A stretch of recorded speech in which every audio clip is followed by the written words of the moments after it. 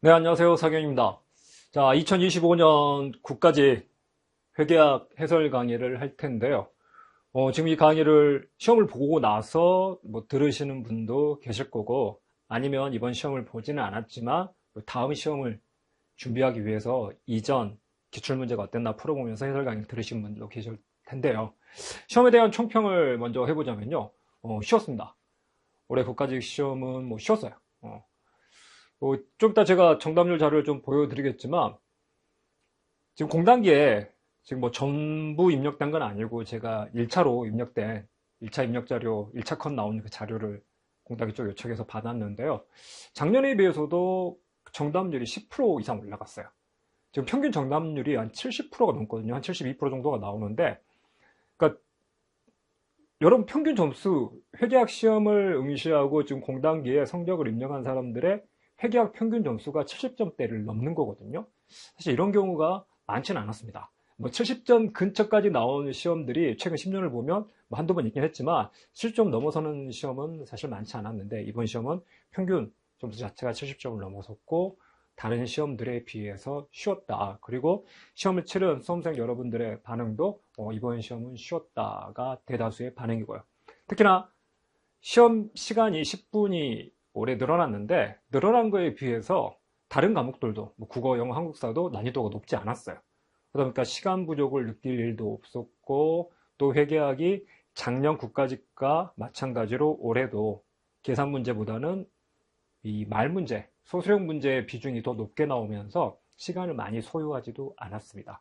그래서 전반적으로 좀 쉬웠고, 숫자로 한번 보여드려 보면요. 일단 계산형과 소수령 나눴을 때 재무회계, 원가회계, 정부회계의 비중은 크게 다르지 않았습니다.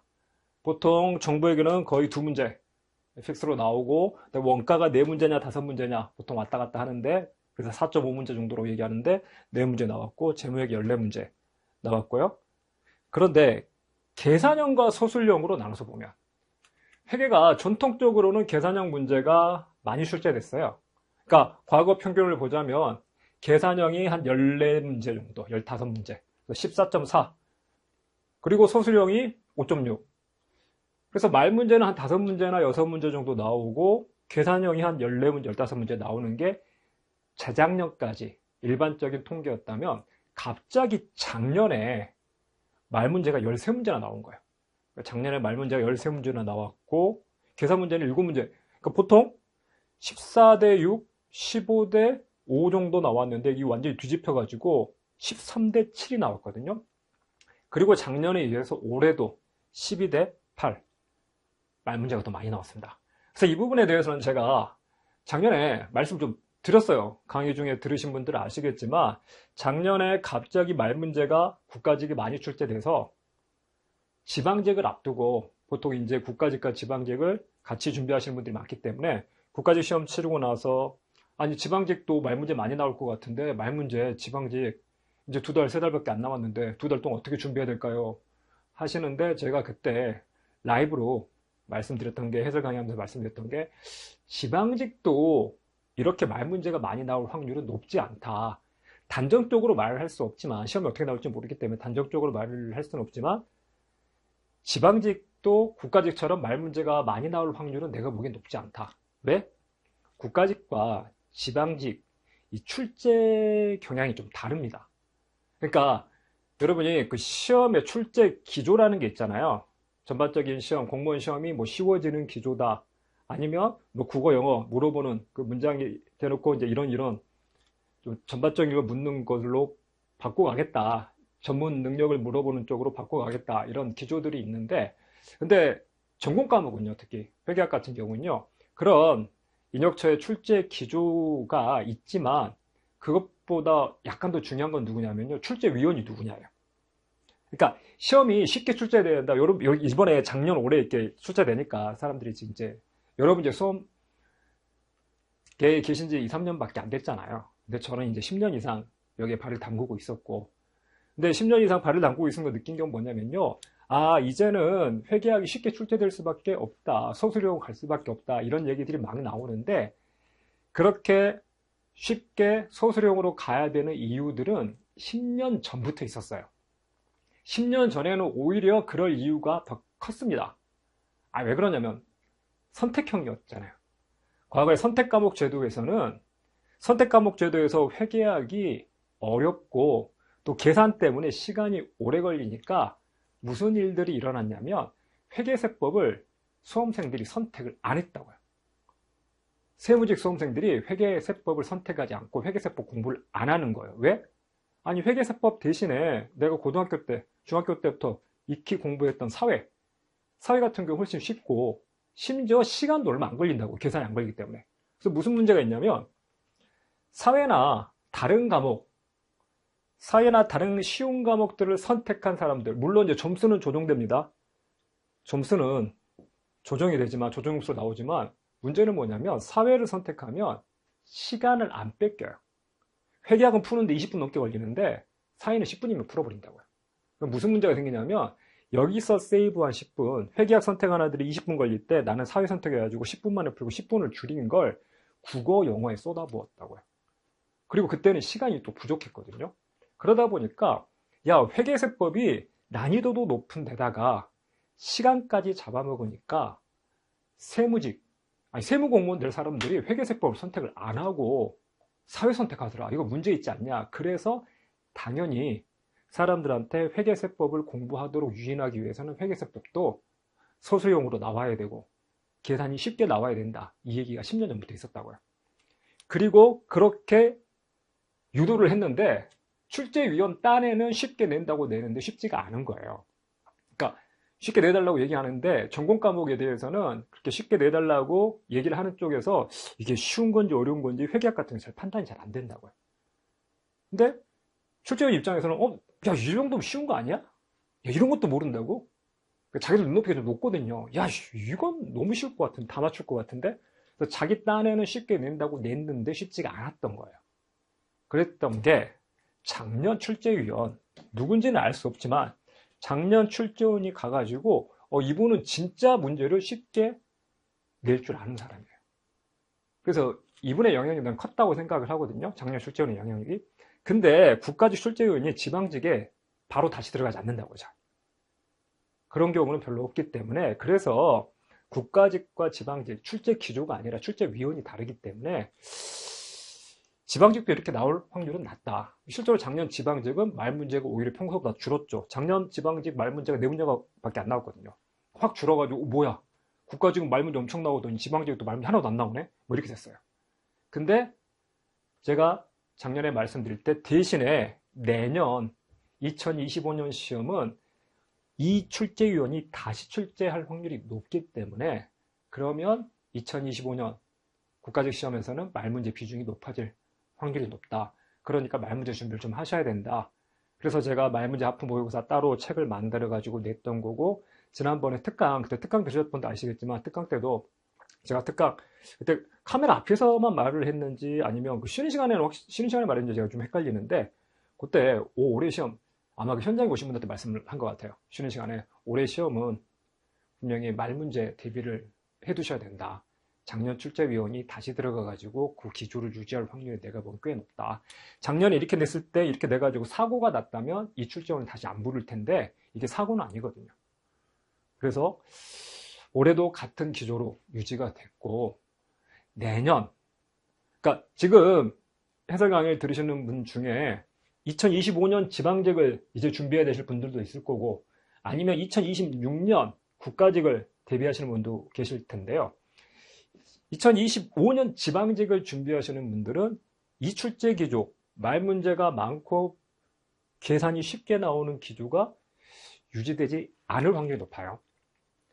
지방직은, 그러니까 올해 국가직, 2026년 국가직과 지방직이 비슷한 경향으로 출제될 거라 기대하지 마시고요. 어떻게 보셔야 되냐면 그 전년도 지방직과 같은 경향, 국가직끼리는 그 전년도 국가직과 같은 경향.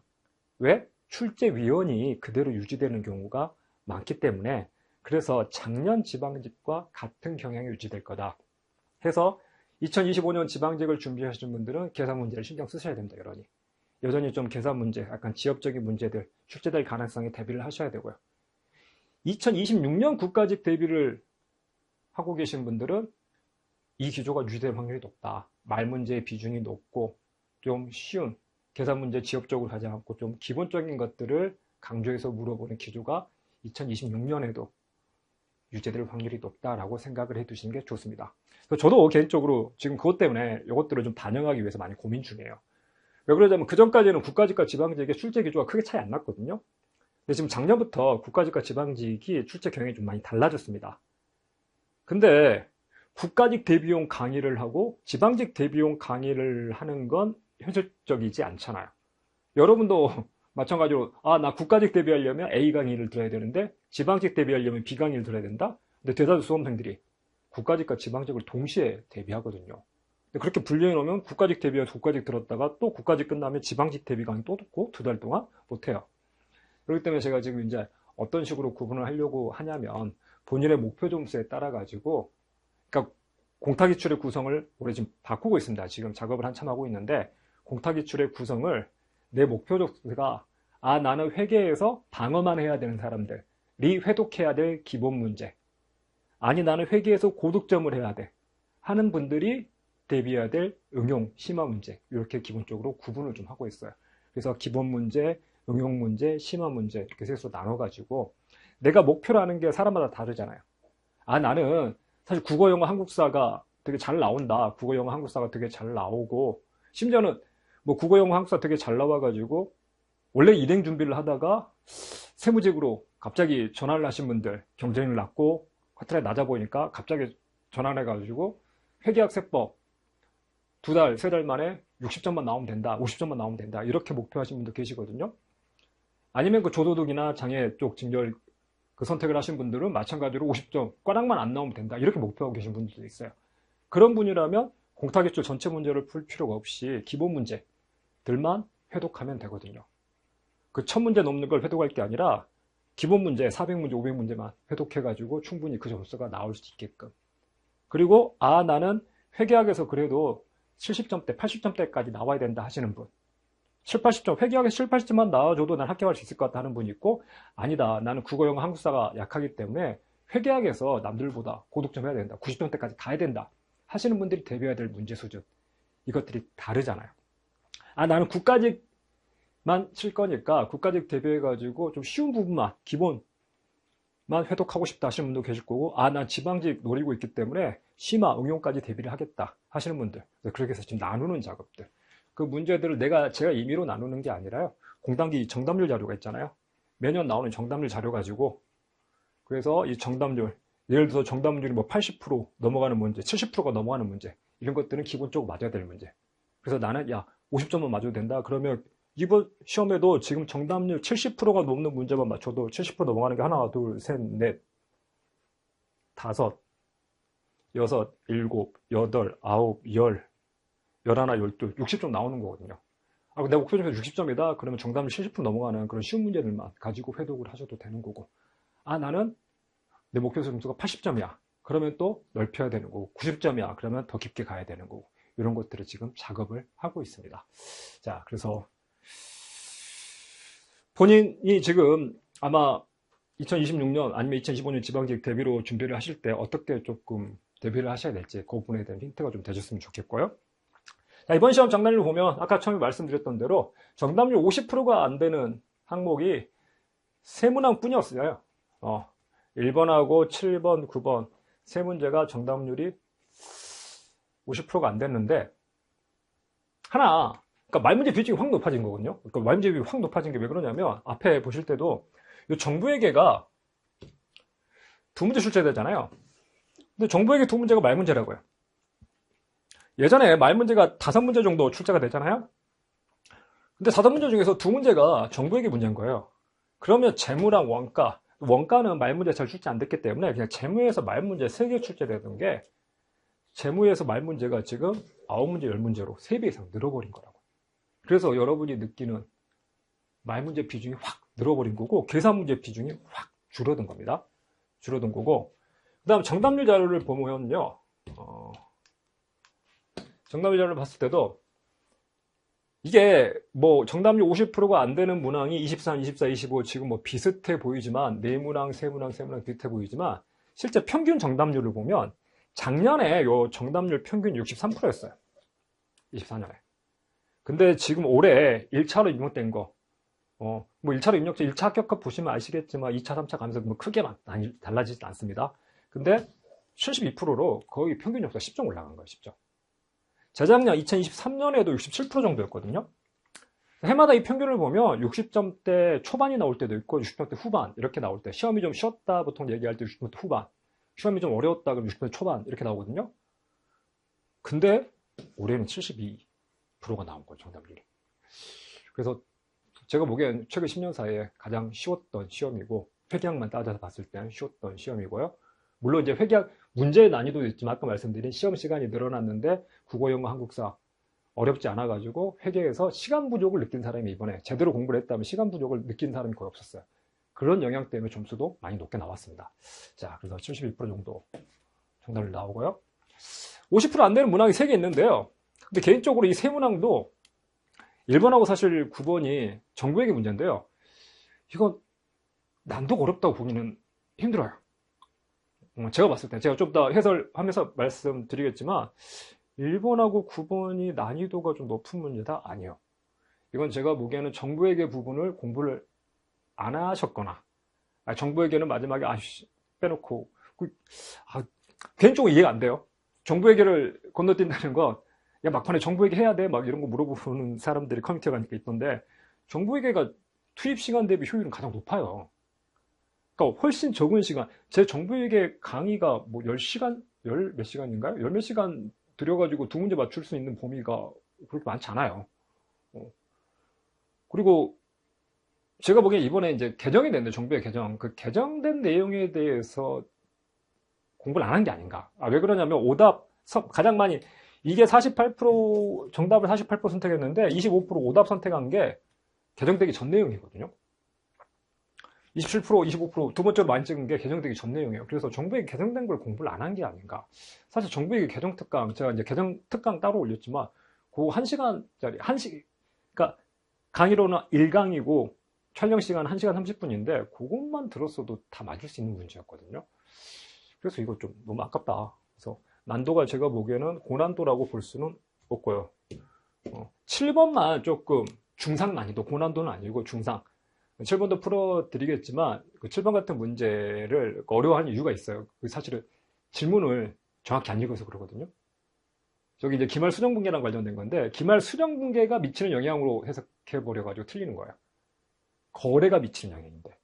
그러니까 원래 거래 플러스 기말 수정분계 둘을 합쳐가지고 답을 골라야 되는데, 기말 수정분계만 생각하다 보니까, 거기에 답이 없네. 이래가지고 정답률이 떨어진 것 같은데, 어쨌거나, 그 문제 정도, 7번 문제 정도만 난이도가 중상이고, 나머지 문제는 난이도가 높다, 난이도가 상이나 중상으로 보이는 문제는 거의 없었습니다. 그래서, 대신에 이제, 제가 총평에서 따로 총평 올리면서 말씀을 드렸지만, 요 말 문제들이, 여러분이 그 소위 말하는 기출문제만 돌돌돌 돌리신 분들은 이번에 점수가 잘 안 나왔을 확률이 높아요. 그러니까 아예 기본 강의 건너뛰고 막 그 공부법 있죠. 제가 강의 때 말씀드렸지만 그 공부법은 회계학에는 어울리지 않는다. 기출공부법 해가지고 그냥 기본 강의 안 듣고 기출문제만 막 풀어서 돌려가지고 기출문제 답 보고 외워가지고 왜 답인지 그걸 찾아내는 공부법이 회계학에는 전혀 어울리지 않는다. 그 방법 절대 추천하지 않는다라고 제가 말씀을 드렸는데, 특히 이번 시험 같은 경우 문제가 그렇게 공부하는 사람들을 저격하는 식의 문제가 나와버렸어요. 그러니까 쉬운 문제인데 기출되지 않았던 지문들이에요. 쉬운 문제인데 기출되지 않았던 지문.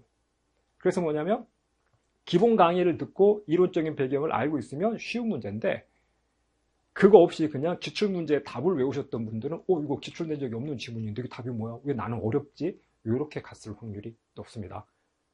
그래서 다른 과목은 그 기출공부법, 기출만 보는 공부법, 기출 문제도 보는 공부법이 통하는데 회계학은 어울리지 않는 분야입니다. 그러니까 이유는 뭐냐면 제가 일반 강의 때 말씀드리지만 우리 국어, 영어, 한국사는 초등학교 때 공부를 해봤다고요. ABC는 알잖아요. 영어에 대해서 ABC. 알파벳은 알고, 내가 애플, APPL이 적혀있으면 애플이라고 읽을 수 있잖아요. 그런 기본 지식이 있는 반면에 회계는 여러분 기본 지식이 전혀 없어요. 회계를 처음 공부하는 사람이 매출 채권, 매출 할인 하는 순간 뭐지 이렇게 된다고요. 그래서 제가 막 아랍어 보여드렸잖아요. 아랍어를 ABC, 아랍어를 여러분이 배워본 적이 없는데, 호흡이라는 것을 이걸 배워본 적이 없는데, 아랍 뭐 기출 문제를 100회도 한다고 그게 풀리겠냐고요. 그거랑 좀 비슷한 맥락에서 회계는 기출공부법이 좀 어울리지 않는다. 기본적인 것들, 특히 올해 출제위원이 내년에 2026년에 또 들어간다면 비슷한 경향으로 물어볼 확률이 높아요. 2026년 국가직에서 마찬가지로 기본적인 개념을 이 친구가 알고 있나? 아니면 그냥 어디서 문제풀이 요령하고 답만 딥다 외워서 시험 보러 들어왔나? 이걸 좀 구분하는 문제들을 낼 확률이 좀 있습니다. 자, 1번부터 해설을 할 텐데요. 순서대로 해설을 할 테니까 본인이 뭐 궁금한 문제, 특히 궁금한 문제가 있다면 그 문제 찾아가서 해설을 들으셔도 됩니다. 자, 1번. 이게 이제 금방 말씀드렸던 정부에게 문제이고 정답률이 42%, 두 번째로 정답률이 낮은, 두 번째로 어려운 문제라는 건데, 글쎄 한번 보시죠. 자, 국가회계 기준에 관한 규칙 및 지방자치단체 회계 기준에 관한 규칙에서 재정 상태표에 대한 설명으로 옳지 않은 것은, 자, 1번. 지방자치단체 회계 기준에 관한 규칙, 지자체에서 재정 상태표상 부채는 유동부채, 장기차입부채 및 기타 비유동부채로 분류한다. 예, 이게 이제 개정이 돼가지고 국가는 바뀌었죠. 지금 그래서 국가 쪽은 또 개정이 됐는데 지자체는 개정이 안 돼가지고 지금 둘이 좀 따로 노는 과도기입니다. 자, 국가 쪽은 자산은 뭘로? 금융기, 금융자산, 유무형자산, 기타자산으로 나누고, 부채는 차충기, 금융기, 차충기 이렇게 나온다고 했잖아요. 차입부채, 충당부채, 기타부채. 근데 이건 국가회계고, 지자체는, 자, 지자체는 뭐 기억하셔라? 옛날에 이제 국가랑 지자체 차이 위주로 제가 말씀을 드릴 때, 여기서 이걸 다 외우라는 게 아니라 포인트. 시험 문제 물어보면 포인트가 있다고요. 뭘로 외우시라고 말씀드렸나요? 국주, 유산, 장충지방관리부 해서 장충지방관리부라고요. 그래서 지방에는 뭐가 없다? 장충 없다. 관리 없고, 무 없다. 그래서 장기충당부채가 만약 등장했다면 틀린 지문이에요. 장충 없기 때문에. 장기충당부채 없이 그냥 유동부채, 장기차입부채, 기타 비유동부채. 만약 국가에서는 유동이나 비유동 등장하면 무조건 틀립니다. 이제 국가는 개정이 돼가지고 유동, 비유동 구분이 없어졌기 때문에 제가 이 개정특강 1시간 만짜리에서 강조드렸던 내용 몇 개 안 되잖아요. 현금흐름표 추가가 됐다. 그다음 유동, 비유동 국가에 사라졌다. 요거. 자, 그래서 유동, 비유동이 사라졌는데 지자체는 여전히 남아있고 대신에 지자체는 뭐가 등장하면 안 된다? 장충. 장기충당부채 등장하면 안 되는데 장기충당부채 없죠. 그리고 관리책임자산, 지자체, 자산의 관리책임자산 등장하면 안 된다. 그리고 무형자산 등장하지 않는다. 관리책임, 장충, 지방관리무. 자, 그래서 1번 틀린 항목 없고요. 2번, 국가회계 기준에 관한 규칙의 재정상태표상 충당부채는, 자, 국가에서 충당부채는 지출 시기 또는 지출 금액이 불확실한 부채. 예, 기업회계랑 같죠. 자, 부채로서 연금 충당부채, 그리고 이거는 뭐 추가됐다고 그랬죠? 퇴직수당 충당부채라는 게 추가됐다고 했잖아요. 공무원한테 퇴직금은 안 나가는데, 퇴직금 안 나오고 뭐가 나가는데? 연금이 나가는데, 대신 퇴직금 대신에 퇴직수당이 나가거든요. 그래서 그 퇴직수당 충당부채라는 게 추가가 됐고, 보증충당부채, 보험충당부채는 기타 충당부채를 말한다. 얘도 맞고요. 3번, 지방자치단체 회계규칙에 관한 규칙의 재정상태표상 일반 순자산은, 자, 순자산에서 뭐 뺀 거다? 순자산이 뭘로 구성이 됐다, 지자체는? 고특일, 지방의 특목고랑 일반고, 그 특고일, 세 개, 고특일이 있다. 그래서 고정순자산, 특정순자산, 일반순자산이 있는데, 일반순자산은 뭐? 순자산에서 고특 뺀 거. 그래서 일반순자산, 순자산에서 고정순자산과 특정순자산. 고정순자산은 유무형자산이나 주민편의시설, 이런 사회기반시설 등의 취득액에서 뭘 뺀 거? 그 재원을 조달하기 위해 발행한 지방세 증권, 차입액 이런 것들 차감한 금액 말하고, 특정순자산은 적립순 기준의 원금 이런 것들 말한다. 자, 그래서 그 두 가지를 뺀 나머지는 다 일반 순자산 맞고요. 자, 2번이 선택을 많이 했던데 2번이 그래 뭐 조금 헷갈리셨을 수도 있어요. 이게 우리가 이제 이걸 다 외우고 있지는 않으니까 충당부채, 연금충당부채, 퇴직순환부채, 보증충당부채, 보험충당부채, 기타 충당부채 다 외우고 있지는 않으니까 이 중에 하나가 해당 없는 거 아닌가 요 생각을 하셨는지 모르겠는데, 근데 4번 봐보세요. 4번 국가회계 기준에 관한 규칙의 재정상태표상 순자산은 기본 순자산에서 적립금 및 잉여금과 순자산 조정을 뺀 금액으로 표시한다? 순자산의 구성이 어떻게 됐다고 그랬죠? 지자체는 일반 순자산, 특정 순자산, 고정 순자산, 고정, 특정, 일반 셋으로 구성이 돼 있고 고특일 셋으로 구성되어 있고 국가는 국주유산, 이국주씨 유산 때문에 상속 상담하고 와서 집에 와가지고 짜장면 시켰는데 3인분 시켰는데 쿠폰 하나밖에 안 주더라. 근데 3인분 시키면 기본 적립하던 거에서 조정해줘야 되는 거 아니냐. 그래서 기본 적립 조정 이렇게 세 가지로 나온다고 그랬잖아요. 그래서 순자산이 기본 순자산 플러스 적립 순자산 플러스 순자산 조정이에요. 그러니까 적립 순자산이 아니라 기본 순자산 플러스 적립금 잉여금 플러스 순자산 조정 이 세 가지로 구성이 되는데 얘는 지금 순자산이 요 기본 순자산에서 얘랑 얘를 뺀 금액으로 표시한다? 말도 안 되죠. 이건 기업회계로 따지면 뭐라고 지금 얘기를 하고 기업회계는 자 기업회계에서 자본은 어떻게 구하죠? 자본은 뭐에서 못 뺀 건가요? 자산에서 부채를 뺀 거죠. 자산의 부채를 뺀 게 자본이잖아요. 근데 지금 지문에 뭐라고 한 거랑 똑같냐면 회사의 자본은 자본금에서 자본이 이제 이렇게 구성됐잖아요. 자본금, 잉여금, 그 다음에 기타 포괄손익 누계. 물론 뭐 자본잉여금, 이익잉여금 뭐 이렇게 나눠져 있고 자본조정도 있지만 크게 보면. 근데 이 지문은 뭐라고 되어 있는 거냐면요. 회사의 자본은 자본금에서 이익잉여금과 기타 포괄손익 누계액을 차감한 금액이다.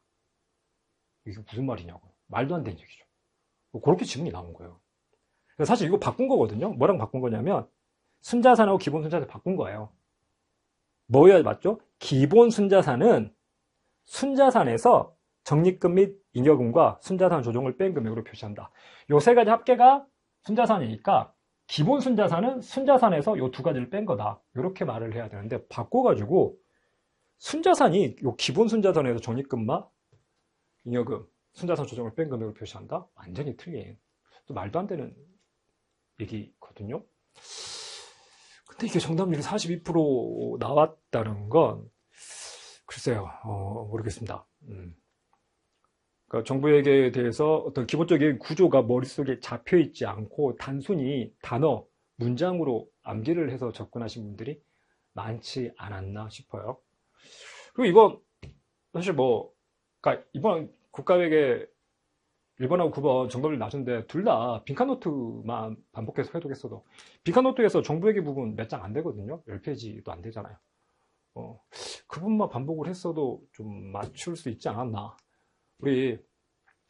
빈칸노트에 이렇게 기본 순자산이 어떻게 구성이 되어 있는지 기본 순자산은 순자산에서 나머지 항목 적립금 및 잉여금과 순자산 조정을 뺀 금액이다. 빵꾸내가지고 체크했던 그 부분이잖아요.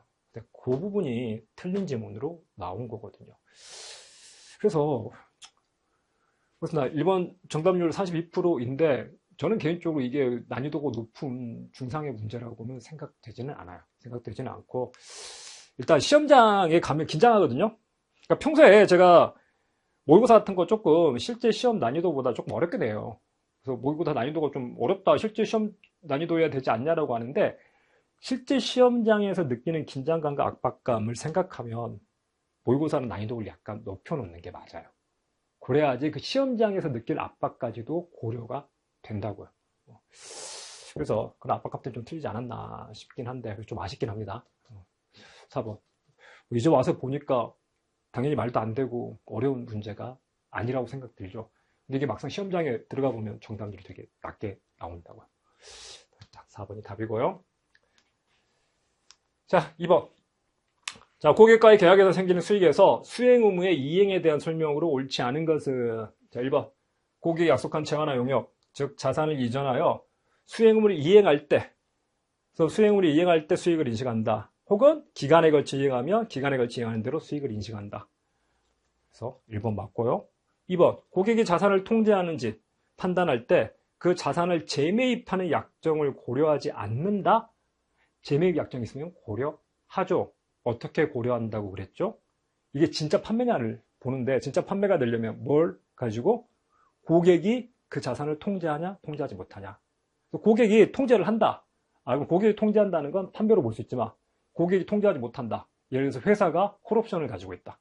팔았지만 야 그거 다시 좋아하면 회사가 가져가 버릴 수 있다거나 아니면 나중에 선도고래 다시 되돌려주기로 약정이 돼 있다. 그러면 그때가 되면 돌려줘야 되니까 고객이 통제를 못하고 어쨌거나 이런 것들 고객이 통제하지 못하면 그건 판매가 아니고 뭘로 회계 처리를 해야 된다? 금융약정 혹은 리스로 회계 처리를 하는 거죠. 만약에 고객이 통제를 한다면 판매인데 그러니까 고객이 통제할 수 있는 그 권한을 가지고 있다면 판매해 볼 수 있는데 그 권한을 행사할 거냐 행사하지 않을 것이냐 또 나눠가지고 행사할 것 같다.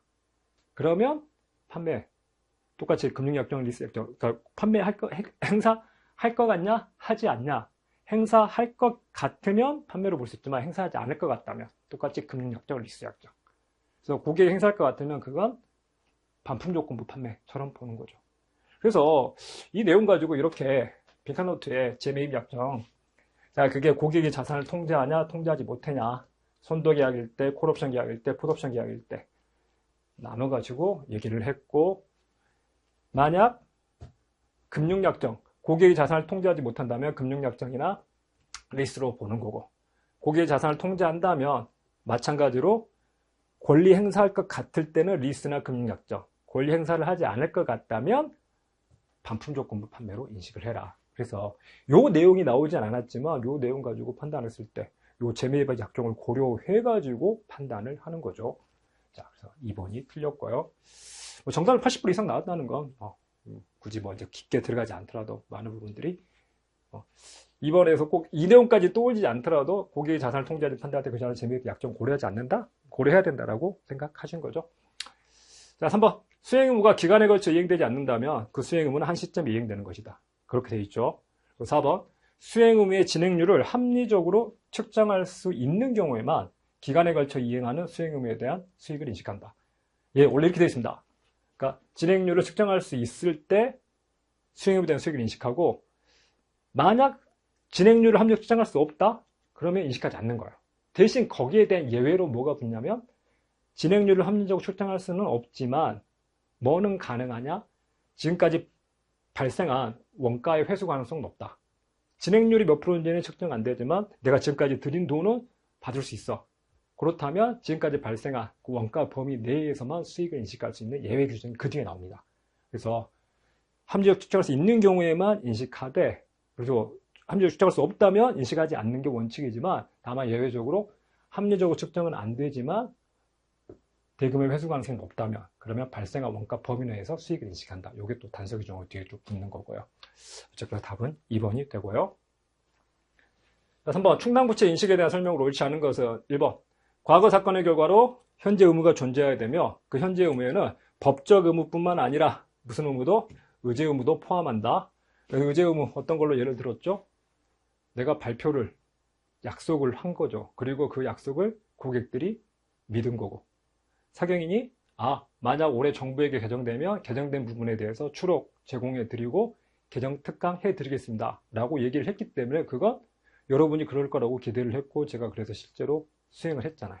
그런 것들 꼭 법적 의무는 아니더라도 그렇게 의제 의무까지도 포함해서 면접을 따지고요. 2번 기업의 미래 행위와 관련하여 존재하는 과거 사건에 생긴 의무만을 충당부채로 인식한다. 미래 행위와 관련하여 존재하는 미래 행위와 어때야 된다고 그랬나요? 독립적으로 존재해야 됩니다.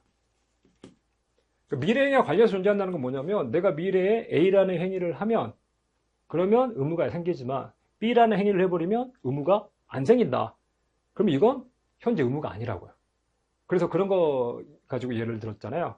환경정화시설.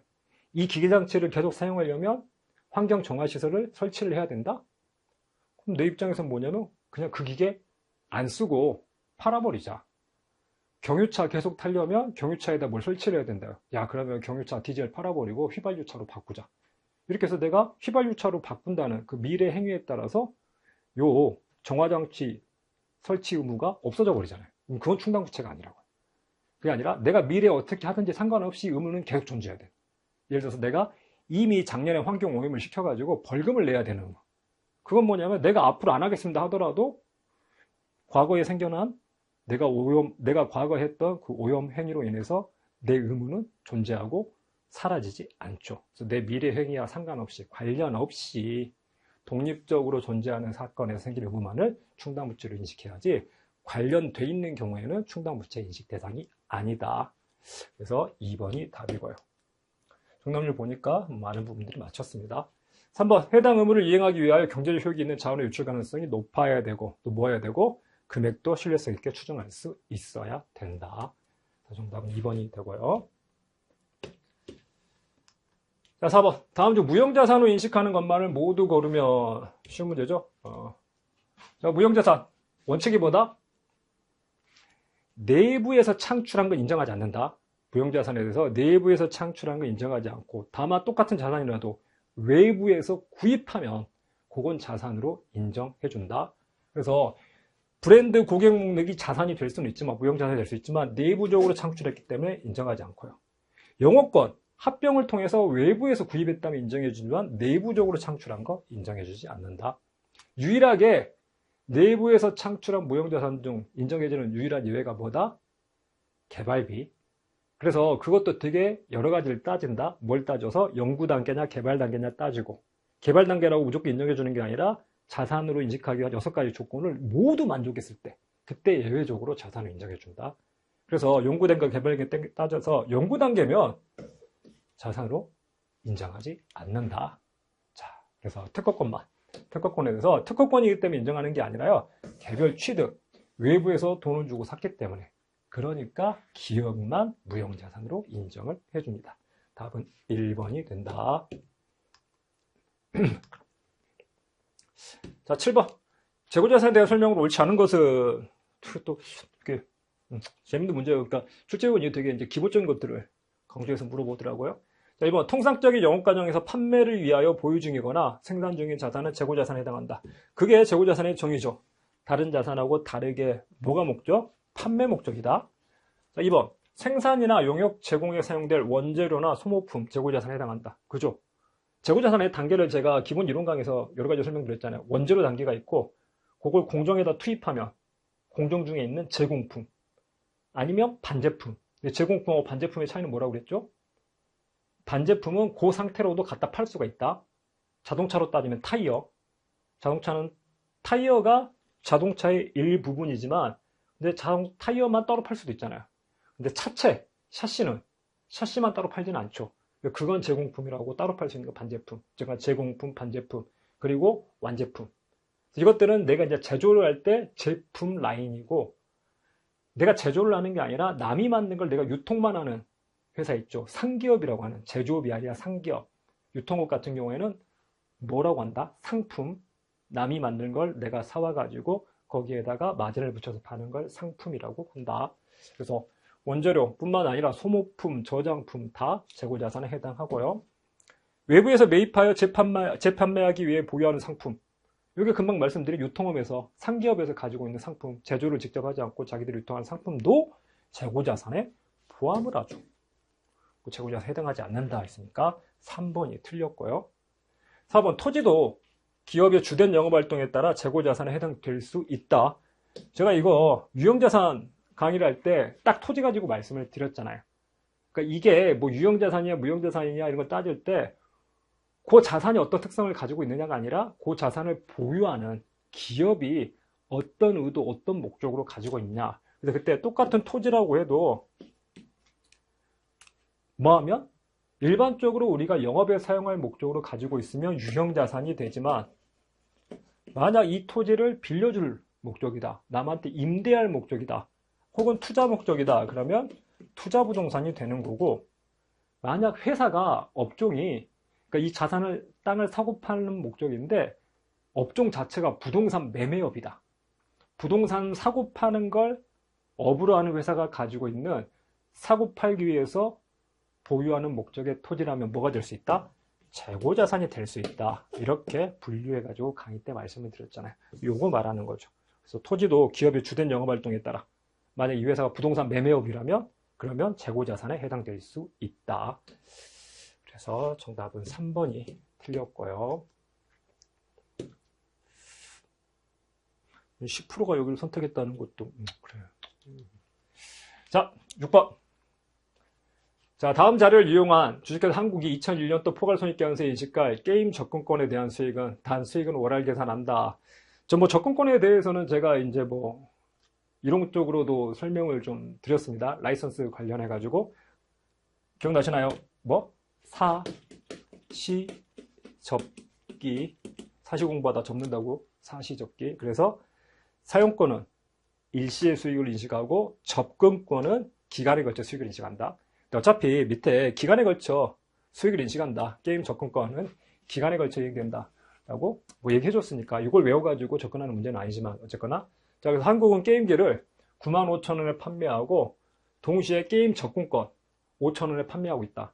우리 실제로 그 게임기 사면 그 플레이스테이션 같은 거 사면 플레이스테이션에 그 1년 이용권 뭐 플러스 회원 이용권인가 뭐 하나 있을 거예요. 그래서 뭐 석 달 동안은 원래 한 달에 얼마씩 내야 되는 그 멤버십을 뭐 일정 기간 동안 무료로 쓸 수 있게. 그럼 거기 들어가가지고 그 플러스 멤버면 거기서 일정 게임들, 공개된 게임들을 무료로 다운받아서 플레이할 수 있고 돈을 내야 되는 것들 무료로 일정 기간 동안 쓸 수 있거든요. 그거 끼워가지고 10만 원에 판매하고 있다. 그럼 수익 의무가 두 가지가 되는 거죠. 뭐?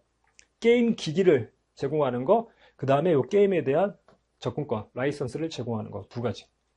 자, 2001년 10월 1일에 주식회사 한국은 100명의 고객에게 2% 할인된 가격으로 게임 기기와 게임 접근권을 묶음 판매했다. 저렇게 할인 판매를 하면 그 할인액을 어디에 배부한다? 별다른 단서가 없다면 둘 다 비례적으로 배분을 하는 거죠. 그래서 얘도 2% 할인, 얘도 2% 할인. 아, 그러면 이 접근권에 대해서는 얼마에 판매하는 거다? 5,000원에 대해서 2%면 50원이 1%, 2%는 100원. 100원 할인해가지고 4,900원에 판매한 거죠. 자, 근데 몇 명한테? 100명한테. 총 49만 원을 판매를 했는데, 근데 이 49만 원의 수익은 기간에 걸쳐 인식을 하죠. 언제부터 언제까지? 1년 동안. 10월 1일에 판매해가지고 요 1년 접근 조건인데 1년 동안 인식을 하니까, 자, 게임기기 판매와 게임 접근권 판매는 각각 구별되는 수익 의무, 그러니까 대가를 안분하는 거고요. 게임 접근권 판매의 수익 의무는 기간에 걸쳐 이행된다. 그러니까 기간에 걸쳐 수익을 인식하는데 전체 기간 얼마? 1년 12개월인데 지금 얼마 지났나요? 2001년 수익을 물어봤잖아요. 근데 2001년 10월 1일부터 시작해가지고 10, 11, 12 석 달 지난 거죠. 석 달은 지났고 나머지 9개월은 내년에 2002년 수익으로 갈 부분이죠. 49만 원 곱하기 10분의 3 하는 게 2001년 인식할 수익이 됩니다. 자, 그럼 4분의 1이니까 나누기 4 하면 4, 1은 4, 4, 2, 8, 4, 2, 8, 4, 5, 20. 12만 2,500원. 답은 2번이 되는 거죠. 이게 의외로 정답률이 꽤 낮아요. 이것도 마찬가지로, 그러니까 올해 이번 시험은 사실 뭐 기출문제에서 나왔다기보다 기본서에서 많이 나왔어요. 기본서 예제로 제가 정수기 필터 교체하는 거 나눠가지고 정수기 대가는 바로 인식을 하고 필터는 기간에 걸쳐서 월 얼마씩으로 인식한다. 그거 똑같은 거잖아요. 근데 4번 답을 많이 선택했다는 게 49만 원을 한 번에 수익을 인식하신 분이 많은 건데 곱하기 10분의 3 기간에 걸쳐 이행되니까 기간에 걸쳐 수익으로 인식을 해서 월 안분해야 되죠. 그래서 약간 뭐 어려운 주제일 수도 있을 법했는데 출제위원이 되게 많은 것들을 힌트를 막 다 줬어요. 기간에 걸쳐 이행된다. 월할 계산해라. 그대로 누가 이제 막 커뮤니티에 막 그런 얘기들 올리는 거죠. 아, 이번 회계학은 그냥 몰라도 상식적으로 접근하니까 문제가 풀리던데 나 회계 공부 2달밖에 안 했는데 풀어보니까 뭐 이론은 몰라도 그냥 답은 구할 수 있겠던데 뭐 이런 문제들이 은근히 있었습니다. 자, 7번. 이게 정답률이 올해 시험에서 제일 낮았던 40% 미만인 문제이죠. 그래요. 이거 좀 그래 틀려도 인정. 그러니까 틀려도 인정인데 사실 근데 이게 그래 시험장에 그러니까 나와서 보면 풀려요. 지금 나와서 풀리면 풀리는데 시험장에서 맞닥뜨리면 좀 어려울 수 있는 문제. 자, 다음의 거래가 2001년도 재무상태표와 포괄손익계산서에 미친 영향 중 바르게 연결된 것을 해가지고 현금 잔액 0이다. 그 다음에 임대료 36만원 3월 1일날 1년치 수령했다. 1년분 보험료 24만원 9월에 지급했다. 해서 막 물어보는데 이걸 왜 틀리냐면요. 이때 틀린 거예요. 그러니까 이 문제에 대해서 뭐라고 생각해 버리냐면 지금 이거 기말 수정분계 결산수정사항이잖아요. 이거 뭘로 계산하냐면 꼭 아무 생각 없이 결산수정이 재무제표에 미치는 영향을 이렇게 봐버린다고.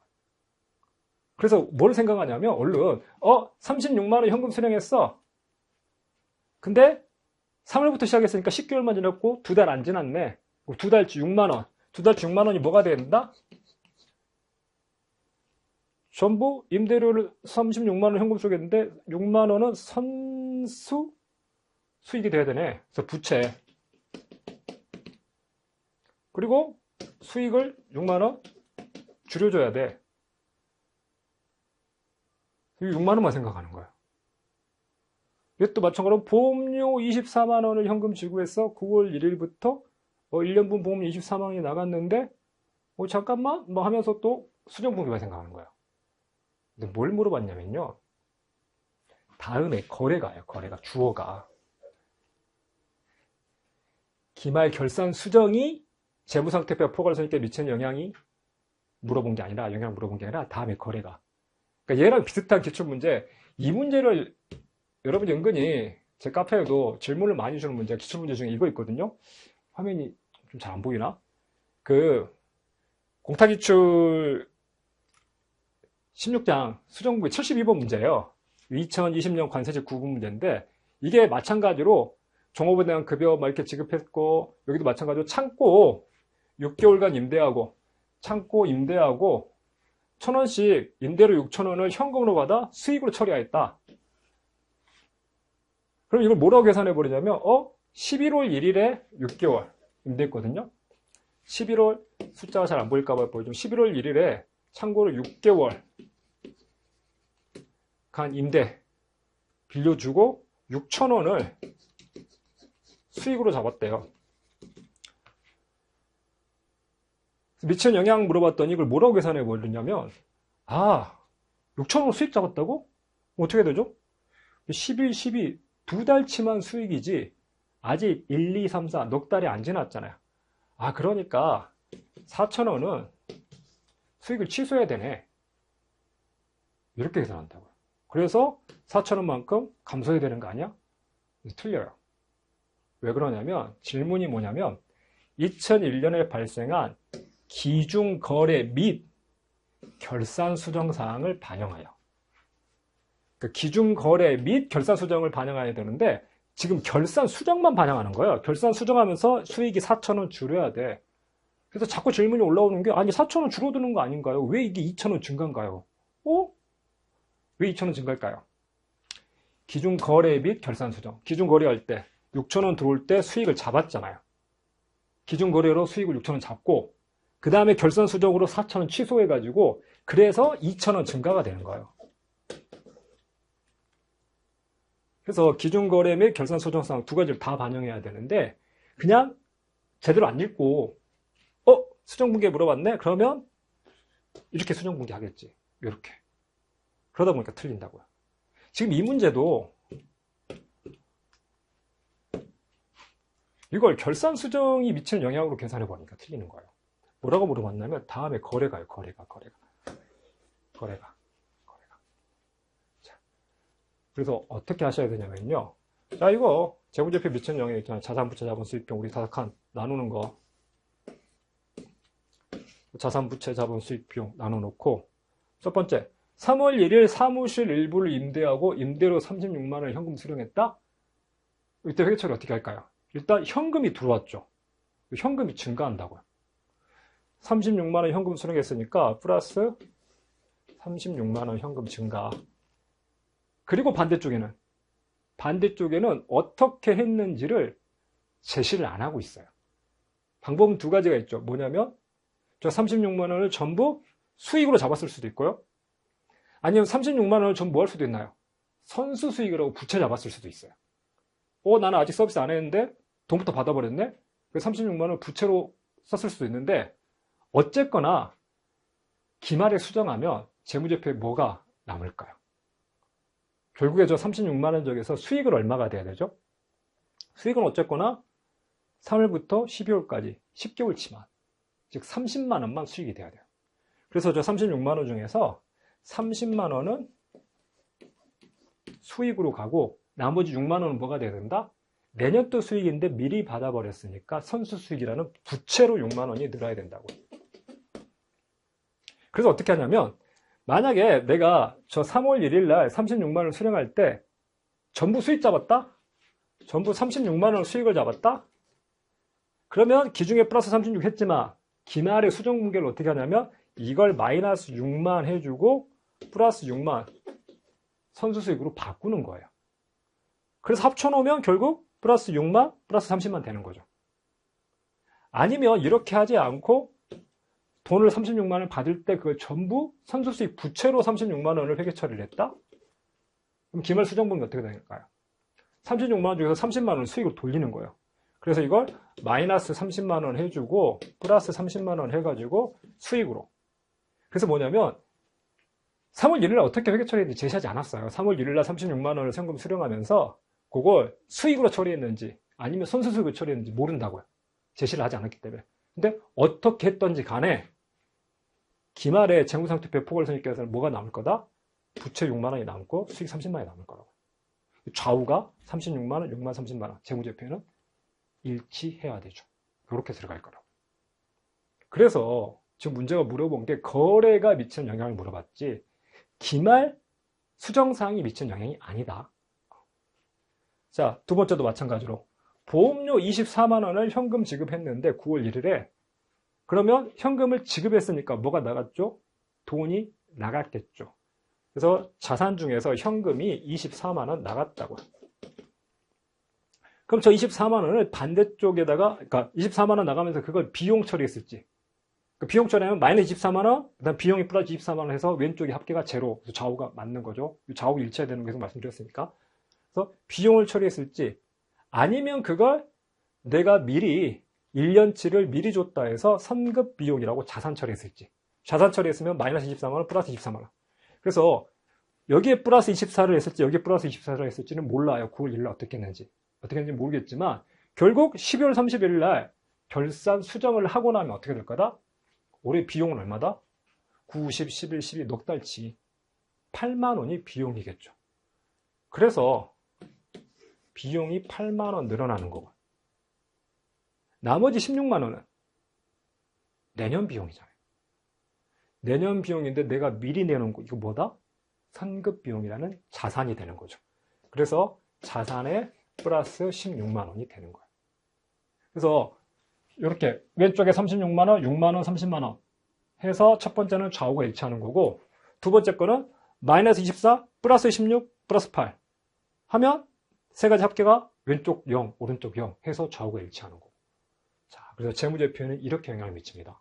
자, 그러면 손익계산서의 이익은 수익이 30만 원 증가하고 비용이 8만 원 증가했으니까 수익 30 증가, 비용 8만 증가, 수익에서 비용 빼면 22만 증가가 되고요. 자산은 플러스 36, 마이너스 24, 플러스 16. 그래서 둘이 더하면 플러스 12, 플러스 16 더하니까 플러스 28만 원. 그래서 자산은 28만 원 증가가 되는 거고요. 부채는 6만 원 증가가 되는 거예요. 다 맞는 건 2번. 자산 28만 원 증가, 이익 20만 원 증가가 되는 거죠. 정답이 2번인데 1번도 만만치 않게 많이 썼어요. 그랬다는 건 뭐냐면 저걸 가지고 이제 이익은 어떻게든 계산한 거예요.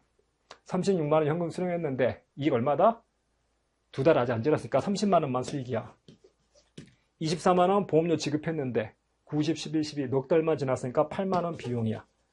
그러면 이익은 22만 원 증가인데 근데 잠깐만 자산은 왜 뭐지 하다가 1번 찍은 거죠. 자, 그래서 이 거래가 미치는 영향 물어보면 자산, 부채, 자본, 수익, 비용 이렇게 물어볼 때 혹은 수정된 시산표 차변합계, 대변합계 물어볼 때는 요거 그리셔라. 시산표를 그려가지고 바로 풀어내셔라 했던 거죠. 자, 그래서 정답은 2번이 되는데 나와서 이제 풀면 풀리지만 시험장에서 맞닥뜨렸을 때는 어려웠을 문제고 분명히 당황했을 문제입니다. 충분히 많은 연습을 해보지 않았던 유형이기 때문에 틀릴 수 있다고 생각을 하고 근데 뭐 이거 한 문제 틀려도 95점이니까요. 합격하는 데는 충분히 지장이 없죠. 자, 그래서 하나 기억하실 건 결산 수정사항의 영향이 묻냐 거래의 영향은 묻냐 구분하셔야 된다. 답은 2번이 되고요. 자, 8번. 이것도 약간 독특한 문제인데, 간접법에 따라 영업활동 현금흐름 계산 시 법인 수대 비용, 차감적 순이익에 차감한 항목을 모두 고르면, 그러니까 이걸 현금흐름표에 대한 문제를 이제 말 문제로 출제원이 고민해서 맞는 것 같은데, 근데 이건 조금 제 개인적으로는 이번 출제원 내 문제에 대한 전반적으로 저는 괜찮다고 생각합니다. 전반적으로 그냥 답만 외운 친구들과 기본적인 근본적인 원리를 알고 있는 친구들을 구분하기 위한 문제들이 많았다고 생각을 하고 그 고민을 했던 문제들. 그리고 회계학에 많은 시간을 들이지 않았지만, 그러니까 회계학이 시간이 많이 걸리게 출제하지는 않았지만 그래도 공부를 한 친구랑 안 한 친구랑 변별력을 좀 주기 위한 문제들이었다고 보는데, 8번은 이건 사실 회계 기준은 아니고 이건 스킬에 대한 얘기거든요. 그러니까 현금표를 작성하는 방법은 사실 제가 강의 중 말씀드린 여러 가지 방법이 있어요. 증감분석법도 있고 뭐 티계정법도 있고 저같이 원샷법을 푸는 경우도 있고 막 그러는데, 근데 그 방법에 대해서 물어본 건데 풀 수는 있죠. 원샷법도 마찬가지만, 자, 법인세 비용 차감적 순이익 차감한 항목. 자, 원샷법 같은 경우에는 두 가지 단계 거치죠. 첫 번째 법, 영업 무관손익.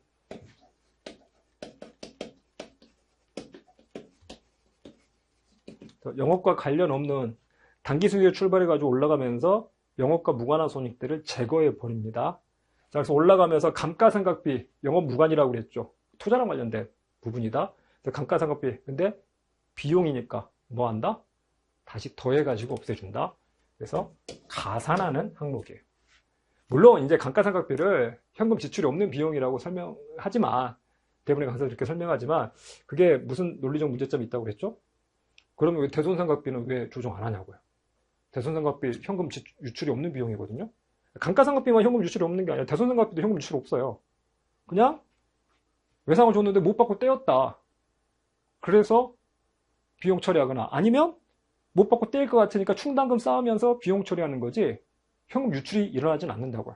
근데 현금 유출이 없는 비용인데 왜 대손상각비는 더해주지 않나고요. 감가상각비 현금 유출이 없는 비용이니까 더해주면 대손상각비도 현금 유출이 없는 비용이니까 더해줘야 되죠. 근데 대손상각비도 매출채권에 대한 대손상각비는 더해주지 않아요. 근데 대여금에 대한 대손상각비는 더해준다고요. 돈을 그냥 빌려줬다가 대손이 나면 그건 더해줘요. 왜?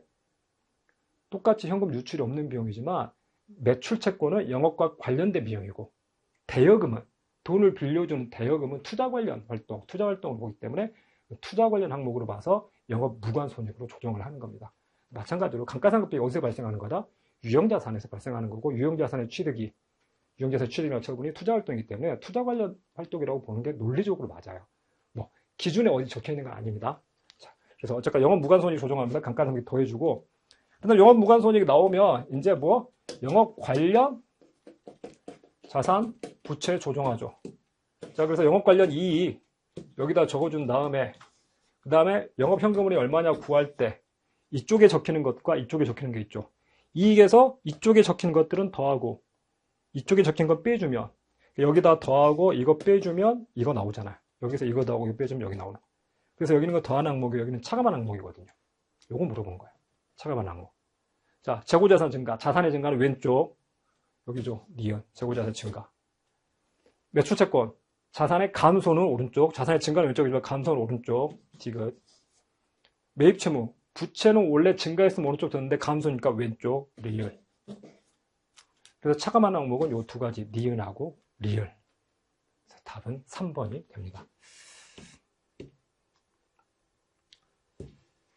자, 그래서 이건 사실 근데 이건 뭐 기준에 있는 내용이 아니라 이건 실무적으로 현금표를 작성할 때 작성하는 방법. 물론 이제 뭐 증감분석법, 사실 이건 증감분석법 가지고 물어보는 건데, 증감분석법이 아니라 다른 방법으로 현금표 작성할 수 있거든요. 현금표 작성하는 방법은 실무적인 방법이지 뭐 기준에서 제시하는 방법은 아니야. 표시를 어떻게 하냐는 기준에서 제시하고 있지만 그걸 현금표를 그렇게 표시하기 위해서 가는 과정은 기준에서 정하지 않고 있는데, 거기에 대해서 좀 물어보는 거라 조금 뭐 개인적으로는 깔끔한 문제는 아니다고 생각을 하지만 그래도 풀 수는 있는 문제. 그래서 설사 만약에 틀렸다고 하더라도 합격 점수에는 지장이 없는, 제가 보기엔 좀 전에 풀었던 7번 문제인데 7번하고 8번 두 개 틀려도 90점이니까요. 그렇게 생각을 합니다. 자, 9번. 얘도 국가 기준 50%가 안 되는데 이것도 아쉬워요. 그러니까 쉬운 문제라고 보이는데. 자, 국가회계준에 관한 규칙의 내용으로 옳은 것은 자, 1번. 국가 운영 수익은 국가의 재정 활동과 관련하여 발생하는 수익 중 국세 수익과 이전 수익을 제외한 수익이다.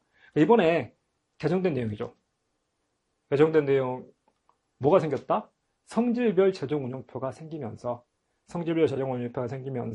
그 비용을 이 성질별로 구분할 때 그때 국세 수익, 이전 수익, 그리고 국가 운영 수익 셋으로 구분을 했죠. 그래서 이거 이렇게 제가 빈칸 노트에 그러니까 정부에게 두 문제 정답률 나왔는데 둘 다 빈칸 노트에 있던 거 이 성질에 따른 구분해서 국세 수익, 국가가 조세를 징수해 발생하는 수익, 그다음에 이전 수익, 직접적인 반대 국부 없이 발생하는 수익 중 국세 수익을 제외한 수익, 그리고 국가 운영 수익은 지금 요거죠. 국가의 재정 활동과 관련하여 발생하는 수익 중 국세 수익과 이전 수익을 제외한 수익. 그래서 1번이 맞았고. 자, 2번.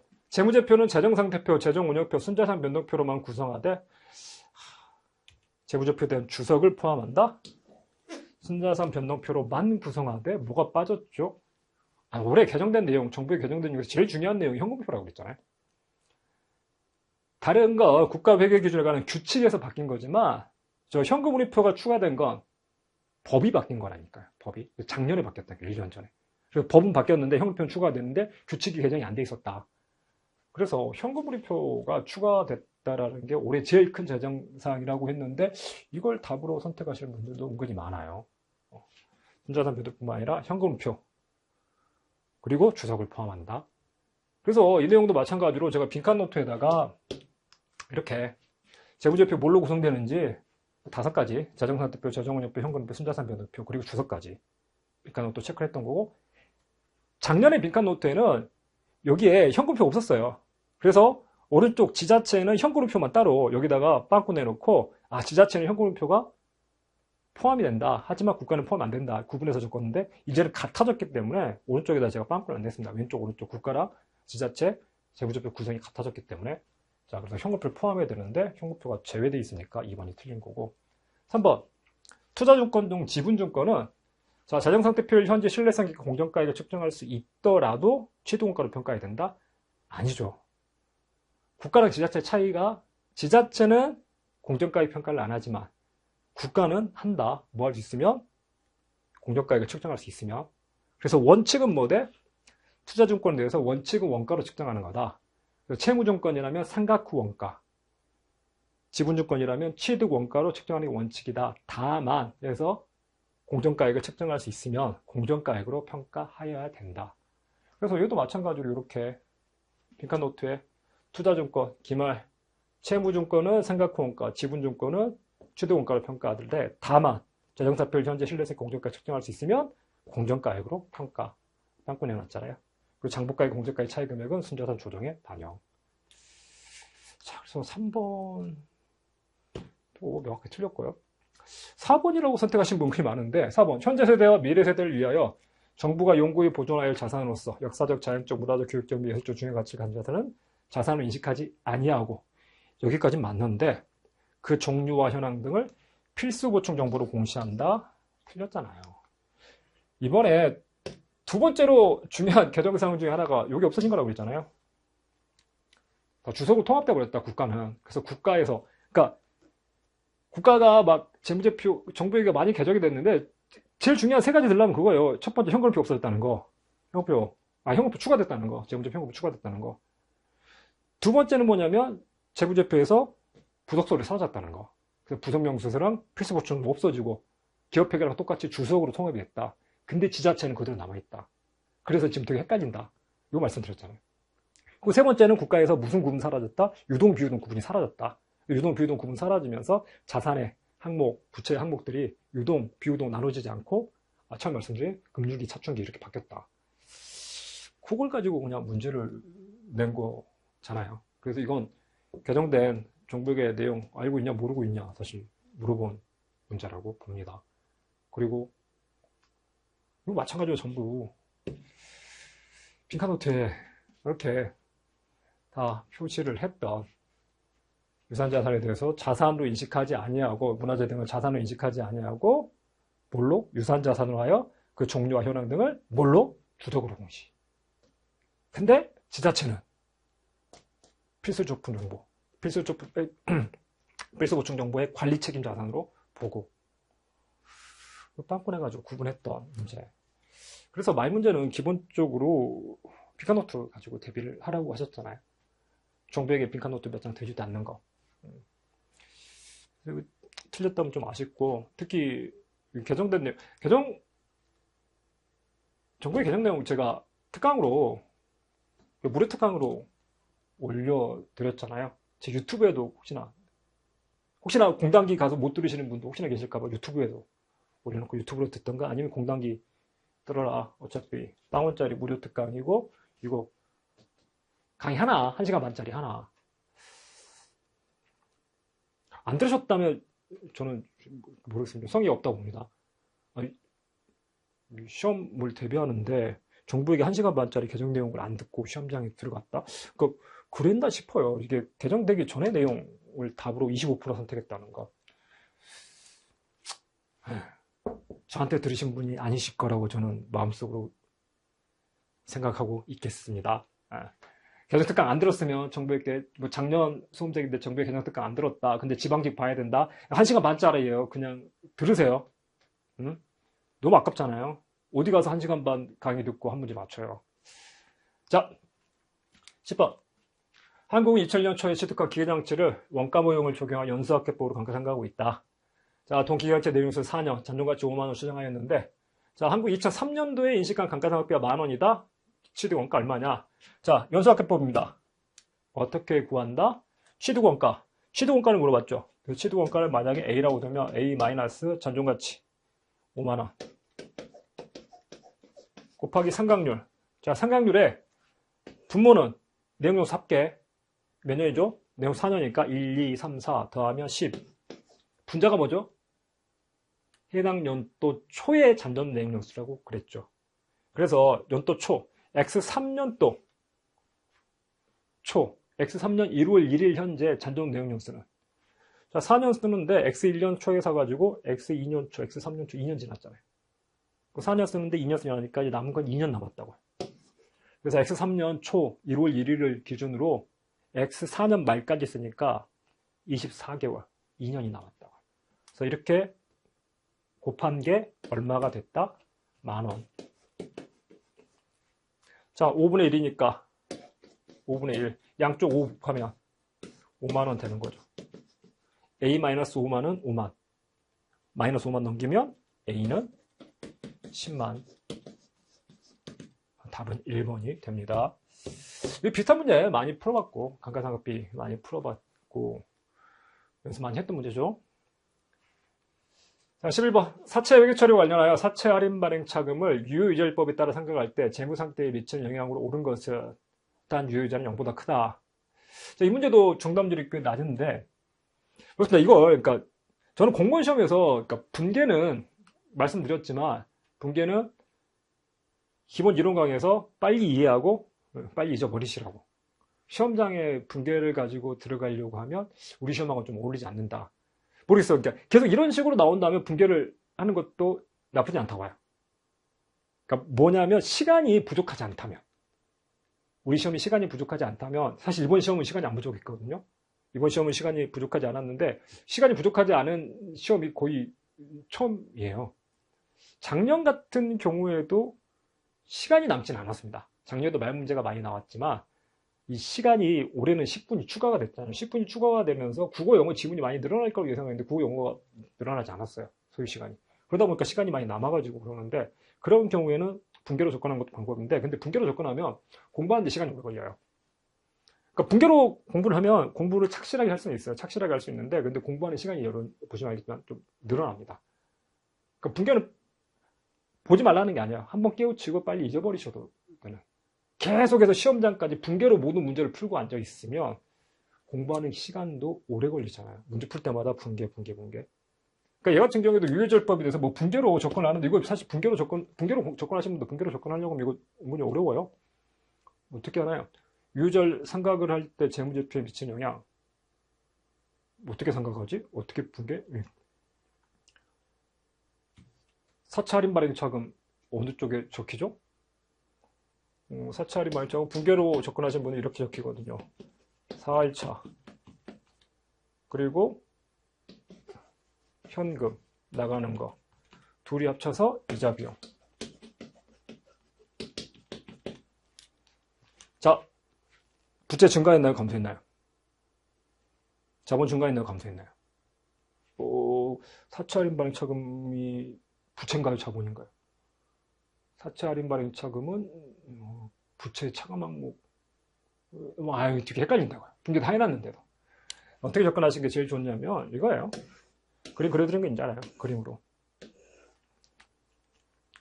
이게 액면 발행했을 때, 할증 발행했을 때, 할인 발행했을 때 포탄 그림 우리 여러 번 그렸잖아요. 그래서 할증 발행, 할인 발행했을 때 장부 금액 시간이 지나면서 할인 발행은 증가, 할증 발행은 감소.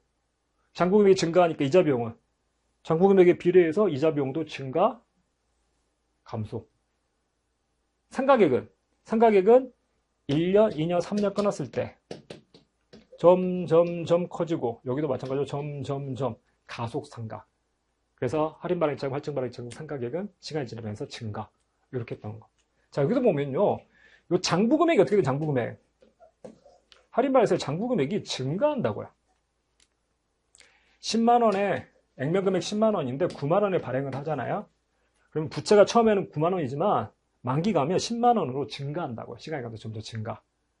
그래서 뭐냐면 유효일달에 생각하면 부채는 어떻게 된다? 부채 증가한다고 증가. 감소를 선택하신 분들이 되게 많아요. 2번, 4번 합쳐가지고 40% 정도가. 부채는 증가하고. 부채가 증가하면 자산 부채 자본인데 부채가 증가하면 자본은 감소. 답 3번. 그래서 이렇게 접근을 하시는 게 제일 직관적이고 편합니다. 물론 이제 분계를 가지고 사채 할인 발행 차금은 부채의 차감 항목, 사채 차감 항목인데 그 차감 항목 왼쪽에 있어야 되거든요. 그러니까 이렇게 쓰면 오른쪽이 부채인데 그 차감 항목인데 그 차감 항목이 반대쪽에 적히면서 줄어드니까 그 부채의 차감 항목, 부채에서 마이너스 나던 금액이 줄어드니까 마이너스가 줄어들면서 부채가 증가하겠구나. 그리고 이자 비용이 인식되니까 이자 비용만큼 비용이 늘어나니까 그러면 자본은 감소하겠구나. 자본의 감소, 부채의 증가 이렇게 FM대로 가셔도 되긴 합니다. 자, 근데 오히려 이게 더 저는 직관적이라고 생각을 해요. 직관적으로 접근하시는 거 특히 공무원 시험에서는 나쁘지 않다고 보고요. 보시면 알겠지만 차변의 모형냐, 대변의 모형냐 이렇게 분계로 물어보는 문제가 사실 많지는 않기 때문에 이번 시험에 하나 물어봤죠. 집합손익 대체하는 거. 근데 그런 것들이 통계적으로 보면 시험 한 번에 분계가 나오는 경우가 거의 없다고. 그래서 제가 말씀드리지만 분계를 하지 말아라가 아니라 분계로 이해는 하되, 그래서 기본서에 제가 분계를 걸어놨잖아요. 분계를 걸어놨고 그 다음에 기출 문제집이나 모의고사에도 해설에 필요한 경우에는 분계를, 금융자산 같은 거 막 좀 헷갈리고 그러니까 분계를 필요한 경우에는 적어놨지만 그걸 가지고 시험장에 가서 분계로 문제를 풀어내겠다는 공무원 시험에서는 저는 좋은 접근은 아니라고 봅니다. 자, 3번이 틀렸고, 자 12번 3번이 틀렸고 아니라 3번이 맞았고요. 자 12번 자 2001년 1월 1일 주식회사 한국의 매출채권에 대한 손실충당금 잔액은 만원이다. 한국은 2001년 중 2만원의 매출채권을 회수불능으로 판단하여 장부에서 제거. 자, 기말에 매출채권 잔액 70만원, 배대시용이 3만원 추정하였다. 손상차손 얼마냐? 뭐 물어본 거죠? 대손충당금. 뭘로? 결잠보. 또 대손충당금 결잠보로 풀면. 자, 결과 얼마가 돼야 된다? 2001년 말에 갔을 때 기도신용 손실이 4만원이니까 결과적으로 저 4만원이 재무상태표에 충당금으로 잡혀야 되죠. 충당금으로 잡혀야 되는데 잔액은 얼마냐? 잔액. 기초에 얼마 있었나요? 전년도 말 잔액이 만원이었다고요. 손실충당금 잔액이 만원. 근데 단기에 회수불능 판단에서 2만원 제거. 그래서 저 제거할 때 매출채권 없애고 반대쪽에 그냥 충당금 적어버린다고 그랬잖아요. 그래서 만원이었는데 2만원 써버린 거예요. 잔액은 얼마? 만원밖에 없었는데 2만원을 써버렸다? 네, 그냥 마이너스 만원. 잔액이 플러스가 아니라 마이너스 된 거죠. 자, 결과 4만원 되어야 되는데 마이너스 만원이에요. 그럼 얼마 보충해야 된다? 마이너스 만원에서 얼마를 더해주면 4만원이 된다? 5만원. 자, 답은 4번. 그래서 우리 대손충당금 관련해가지고 익히 물어봤던, 응용되지 않고 아주 기본적으로 물어봤던 문제입니다. 이번 시험에서 계산 문제는 아까 보여드린 기말 수정공개 영향이 아니라 전체 거래에 영향을 물어봤던 7번이었나요? 8번이었나요? 그 문제 빼놓고는 그렇게 뭐 어려운 난도의 문제는 없었습니다. 답은 4번이 되고요. 자, 13번. 활동 기준. ABC 물어봤습니다. 오랜만에 물어봤는데요. 자, 제조활동과 관련된 자료 다음과 같다. 제품 A의 총 원가는 얼마냐? 자, 기초 원가 2만원에다가, 자, 제품 준비 원가 얼마일 거냐? 이걸 물론, 횟수당 얼마인지. 그래서 20만원 나누기 100회에서 1회당 1,000원. 1회당 1,000원인데 20회니까 2만원. 이렇게 하셔도 되고, 아니면 직관적으로 볼 수도 있죠. 100회인데 20회를 얘가 썼어? 5분의 1을 얘가 쓴 거니까. 그러면 20만원 나누기 5. 그러면 2만원. 이거죠. 5분의 1이니까 5. 잠깐만. 5분의 1이니까? 이게 틀렸구나. 자, 다시. 자, 제품 준비 횟수 100회인데 총원가 20만원이니까 1회당 나누기 100 하면 2,000원이 되는 거고. 2,000원인데 20회니까 4만원. 이렇게 하셔도 되고요. 아니면 100회인데 20회니까 5분의 1. 5, 4, 24만원 하셔도 되고. 자, 기계 작업 시간. 나눠가지고 회당 3,000원 곱하기 20시간 6만원 해도 되고, 아니면 200시간에 20시간이니까 10분의 1이네. 60만원, 6만원. 검사 수행. 200회 40만원. 40만원 나누기 200회 하면 회당 2,000원. 곱하기 10회 하면 2만원 해도 되고, 아니면 200회분의 10. 20분의 1이니까 20분의 1 나누기 20 하면 2는 4, 2만원 하셔도 되고요. 어쨌거나 2만원, 4만원, 6만원, 2만원 합치면 6, 12, 14만원. 답은 3번. 그래서 ABC는 자주 출제되지 않지만 물어봐도 우리 시험에서 그렇게 막 응용해서 물어볼 영역은 아니다라고 말씀드렸잖아요. 단순 노가다. 기출문제들이 전부 다 단순 노가다였고, ABC가 사실 어렵게 물어보면 이 ABC랑 다른 원가 계산 제도를 묶어가지고 막 물어보면 복잡해지거든요. 근데 우리 시험에서는 그렇게 물어보지 않을 거고, 물어보면 틀리셔라. 차라리. 간단한 문제였고요. 자, 14번. 이것도 의외로 정답률이. 그러니까 이 문제 정답률이 낮은 걸 보면서 약간 그래요. 그러니까 이런 문제가 그냥 문제풀이 스킬, 계산식만 딥다 외운 사람하고 그게 왜 그러는지 근본을 알고 접근하는 사람하고의 차이입니다. 그래서 제가 이제 원가도 프레임이 필요하다고 원가 프레임 잡아준 게 이거였잖아요. 아니 왜 원가는 결국에 제품 원가를 계산하는 건데 제품 원가 다 다르다. 그러니까 원가 회계에서 제일 처음에 잡아야 될 포인트가 그거라고 그랬잖아요. 다양한 목적에 따라서 다양한 원가가 있다는 거. 제품 원가, 커피 한 잔의 원가가 얼마냐 딱 정해져 있는 게 아니라 이런 목적일 때는 2,500원인데 이런 목적이면 2,500원, 이런 목적이면 2,800원 다 달라질 수 있다. 왜 이렇게 다양한 원가의 존재에 대해서 제가 개별 원가랑 종합 원가의 차이가 뭔지, 변동 원가랑 전부 원가에 대한 차이가 뭔지, 표준 원가는 또 언제 등장하는 건지 묶어가지고 변동 원가 같은 경우에는 의사결정과 관련해서 묶여져 있는 거고, 표준 원가 같은 경우에는 성과평가랑 관련해서 묶여 있는 거다. 그래서 원가 계산에서 끝나는 게 아니라 관리랑 같이 연결되어 있다. 이런 것들 말씀드렸잖아요. 그래서 왜 개별 원가 계산 말고 종합 원가 계산이 있냐? 석유화학 산업 등과 같이 표준화된 작업 공정을 통해 한 가지 제품만을 대량 생산. 개별 원가 계산은 잡코스팅이라고 있잖아요. 잡코스팅. 그래서 개별 제품별로 원가가 다 다른 경우, 그래서 여러 가지 주문형으로 나올 경우에 다 들어가는 잡이 다르기 때문에, 그래서 그 경우에는 개별 원가 계산, 배를 만든다거나, 이렇게 배는 고객이 주문한 그 양식에 따라서 다르게 생겼거든요. 우리 자동차는 똑같이 생겼지만, 예를 들어서 현대차에서 물론 이제 옵션이 조금씩 다르게 하지만 현대차에 소나타 만든다고 소나타 다 소나타잖아요. 근데 배는 일괄된 양식으로 만들어주는 게 아니라 주문자가 우리 이거 여기다 뭘 실을지, 우리 이거 정유회사가 이 석유 운반할 거야. 용량은 얼마로 해주고, 그 다음에 뭐 여기 여객수는 어떻게 해주고, 뭔 어떻게 해주고 다 주문하면 거기에 맞춰가지고 해줘요. 그런 식으로 주문형 같은 경우에는 개별 원가 계산을 하지만, 한 가지 제품을 표준화된 작업 중에서 대량 생산하는 경우, 그 경우는 뭘로? 종합원가 계산을 쓴다고 그랬잖아요. 그래서 종합원가 계산이 등장한 이유가 바로 개별 원가 계산이 있는데 왜 굳이 종합원가 계산을 하냐? 종합원가 계산은 대량 생산 방식에서 뭘 가정해 버리는 거다? 모든 제품의 원가가 같다고. 사실은 다를 수 있는데 소나타 만드는데, 소나타 100대를 만드는데 원가가 사실은 소나타마다 조금씩 다를 수 있다고요. 분명히. 어떤 건 금방 오늘 작업이 잘 돼가지고 1시간 만에 만들었는데 어떤 건 한 1시간 5분, 60분 걸리는 게 65분 쓸 수도 있거든요. 그럼 60분 들여서 만든 소나타랑 65분 들어간 건 분명히 원가가 다를 텐데 무시해버리고 다 같다. 그래서 몇 개 만들었냐? 완성품 환산량 구한 다음에 나눠버린다. 이게 종합원가 계산이라고 했잖아요. 대량 생산하기 때문에 그 대량 몇 개인데 환산이 몇 개인데 해서 나눠버리는. 그래서 종합원가 계산에 대한 기본적인 정의죠. 근데 이게 은근 이걸 개별원가 계산이라고 선택한 사람 21% 정도? 저한테 들으신 분은 아니실 거라고 또 생각을 하고 있을게요.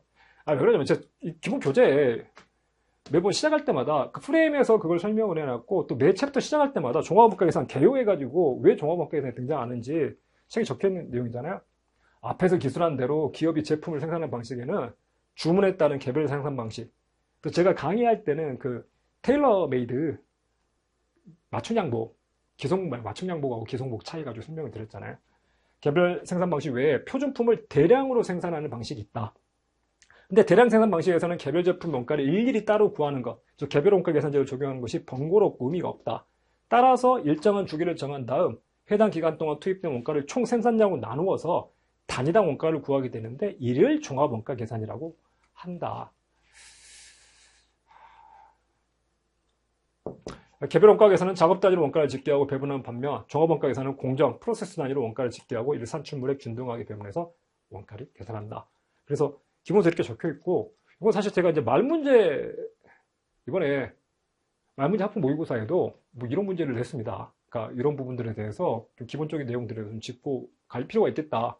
해가지고, 다음 중 원가 계산 시스템에 대한 설명을 옳지 않은 것을 해가지고, 3번. 자, 종합원가 계산은 동일 제품을 대량 생산하는 업종에 적용되는 반면, 개별 원가 계산은 여러 종류의 제품을 소량으로 생산하는 업종에 적용된다. 맞는 지문으로 출제를 했던 그 내용이죠. 그래서 14번 문제도 정답률이 의외로 좀 낮아가지고 조금 아쉬운, 난이도가 높은 문제는 절대 제가 보기엔 아닙니다. 기본적인 문제예요. 자, 15번. 회계상 거래가 아닌 것은 이것 틀린 사람 사정이 있겠죠. 자, 사무실 1개월 후에 1년간 임차하기로 임대인과 계약 체결. 계약은 회계상 거래가 아니다. 여러 가지 걸로 말씀을 드렸죠. 제가 MOU에 대해서 설명을 드리고 MOU가 뭔지 이전 정부가 어디 가서 MOU 체결하고 아주 그게 막 무슨 성과인 것처럼 한 것까지 사례를 들면서 말씀드렸잖아요. 회계상 거래가 되려면 뭐가 있어야 된다? 회계상 거래라는 결국 뭐 할 수 있냐? 분계라는 걸 할 수 있어야 되고 차변에 뭐 얼마, 대변에 뭐 얼마 적으려면 자산이나 부채의 변동 아니면 수익이나 비용의 발생 이런 것들이 발생을 해야 된다. 그래서 자산이나 부채 변동이 있어야 되는데 말로만 계약을 체결한 거 가지고는 자산이나 부채 변동이 없다고요. 반면에 2번 우리가 비품이 화재로 타버리거나 파손되는 걸 누구와 거래다라고 일상생활에서 얘기하진 않지만 회계상으로는 거래다. 왜? 자산이 감소했잖아요. 그래서 자산이 감소해서 자산을 줄이고 거기에 대해서 비용을 인식하는 손상차손 같은 비용을 인식하는 분계로 나타낼 수 있기 때문에 거래가 되고요. 제품 생산을 위해서 기계장치를 사용을 했다. 그럼 기계장치가 가치가 감소. 그래서 그걸 뭘로 인식을 하는 거죠? 감가상각비를 인식하는 분계를 하잖아요. 그러니까 분계를 나타낼 수 있으니까 이것도 거래. 누구와 주고받은 거래가 아니지만 회계상으로는 분계로 나타낼 수 있는 거래에 해당하고 공장 건물에 대한 수선 후 청구서를 수령했다. 그럼 이제 나는 뭐가 발생한 거죠? 저거에 대해서 수선 의무 서비스를 내가 받고 청구서를 받았죠. 그럼 나는 그 청구서에 대해서 대가를 지불해야 될 의무. 그 의무가 뭐가 된다? 부채. 그래서 미지급 비용, 수선비 미지급 비용이라는 분계를 하게 되고 이것도 거래에 해당한다. 그래서 계약만으로는 회계상으로 거래가 되지 않는다. 여러 번 말씀드렸고 기본서, 기출문제, 똑같은 문제 널려 있죠. 자, 16번. 차라리 이 문제가 저는 정답률이 낮았다면 차라리 이해가 되는데 이것도 정답률이 높더라고. 그래서 그러니까 이 내용 자체는 어려운 내용이라보다 사실 이거 다루지 않은 내용이에요. 그러니까 정확하게 다루진 않아. 기본서에도 없는 내용이다. 오히려 이게 기본서에 없는 내용이에요. 근데 정답률 87% 깜냥으로 맞출 수 있는 문제이긴 한데요. 자, 재무보고를 위한 개념책에 대한 설명으로 옳지 않은 것은 자, 1번. 보고기업의 경제적 자원 및 청구권의 성격 및 금액에 대한 정보는 이용자들이 보고기업의 재무적 강점과 약점을 식별하는 데 도움을 줄 수 있다. 그러니까 이 문제의 정답률은 높게 나오는데요. 맞출 때 대부분 이래서 분명히 이건 맞았고 이래서 분명히 틀렸어 라고 하신 분들이 많지 않을 거예요. 갸웃갸웃은 하는데 근데 이건 맞는 것 같은데 3번은 틀린 것 같다. 요 느낌 가지고. 근데 그 느낌이 오게 하기 위해서 우리가 강의를 듣고 이러는 거거든요. 책을 많이 보고. 자, 이거 원래 어느 파트에 있는 내용이냐면요. 개념책에서 처음에 재무보고의 목적에서 나오는 내용이에요. 자, 재무보고의 목적, 회계의 목적이 뭐라고 그랬나요? 회계의 목적 뭐다? 누구한테 뭘 제공하는 거? 정보 이용자한테 정보 이용자의 의사결정에 유용한 정보를 제공하는 거. 이게 회계의 목적이다. 그래서 정보 이용자에게 유용한 정보를 제공하는 건데 정보 이용자는 누구다? 투대체, 투자자, 대여자, 기타 채권자. 그럼 그들한테 유용한 정보는 뭐냐? 어떤 의사결정을 하나요? 정보 이용자의 의사결정에 유용한 정보인데 어떤 의사결정? 투자자는 투자를 할지 말지, 대여자는 돈을 빌려줄지 말지, 기타 채권자, 거래한 상대방들은 외상을 줄지 말지 이런 의사결정을 한다고요. 여러분 그런 의사결정을 할 때 유용한 정보는 뭐냐? 그게 이 회사의 경제적 자원이 얼마나 있는지 그리고 청구권. 투자자 입장에서 그런 거예요. 회사가 가지고 있는 자산이 100억 있는데 자산이 100억 있다로 끝나면 안 되고 그 중에서 얼마가 투자자인 주주 입장으로서 주주 몫으로 돌아올 거냐. 그 청구권이 누구한테 있냐. 100억에 대해서 60억을 은행한테 권리가 있다. 은행이 60억을 달라고 할 수 있는 청구권이 있다. 그러면 투자자 입장에서는 40억 정도가 내 몫으로 떨어지겠네. 이런 정보가 궁금하다고요. 그게 정보용자 의사결정에 유용한 정보가 되는 거죠. 그래서 이런 경제적 자원 및 청구권, 성격 및 금액에 대한 정보는 이용자들이 보고기업의 재무적 강점과 약점을 식별하는 데 도움을 줄 수 있다. 맞아요. 이게 어디로 인식이 되냐면요. 어떤 정보가 의사결정자의 유용한 정보냐 한 다음에 그 유용한 정보를 제공하기 위해서 그래서 우리는 뭘 작성한다? 재무제표를 작성한다. 재무제표는 뭐? 재무상태표, 손익계산서, 자본변동표, 현금흐름표가 있다. 그래서 이런 게 유용한 정보이기 때문에 그걸 제공하기 위해서 재무상태표에 자산, 부채, 자본 적어주고 재무성과 적어주고 현금흐름에 관한 정보 적어주고 이런 것들을 적어준다. 요 플로우로 가는데 여기 있는 논리적 흐름이에요. 근데 기본서에 여기 있는 것까지 다 적진 않았거든요. 그냥 정보 이용자 의사결정 유용한 정보는 이런 것들이고 그걸 제공하기 위해서 이렇게 재무제표를 만든다. 근데 요 사이가 사실은 상세하게 기술되어 있는데 그 상세하게 기술된 내용을 문제로 지금 낸 겁니다. 자, 그래서 이런 것들을 제공하면 도움을 줄 수 있다.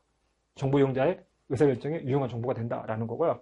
자, 보고기업의 재무 성과에 대한 정보. 사실 이제 요걸 가지고 손익계산서로 연결시키는 거거든요. 이런 정보가 도움이 되니까 우리가 재무상태표를 만든다고. 2번. 재무 성과에 대한 정보. 얼마나 돈을 벌었냐. 이건 뭐랑 연결된다? 손익계산서랑 연결되는. 그래서 재무 성과에 대한 정보는 그 기업의 경제적 자원에서 해당 기업이 창출한 수익을 이용자들이 이해하는 데 도움을 준다. 그러니까 손익계산서를 만들자. 이렇게 간다고요. 3번. 보고기업의 경제적 자원 및 청구권은 채무상품이나 지분상품의 발행과 같이 재무성과 외의 사유로는 변동되지 않는다. 자, 이 경제적 자원, 자산, 그다음에 청구권, 부채나 자본이 변하는데 어떨 때 변한다? 물론 이 재무성과, 회사가 이익을 내서 자산이 늘고 자본이 늘고 이럴 수 있어요. 아니면 부채를 줄이고.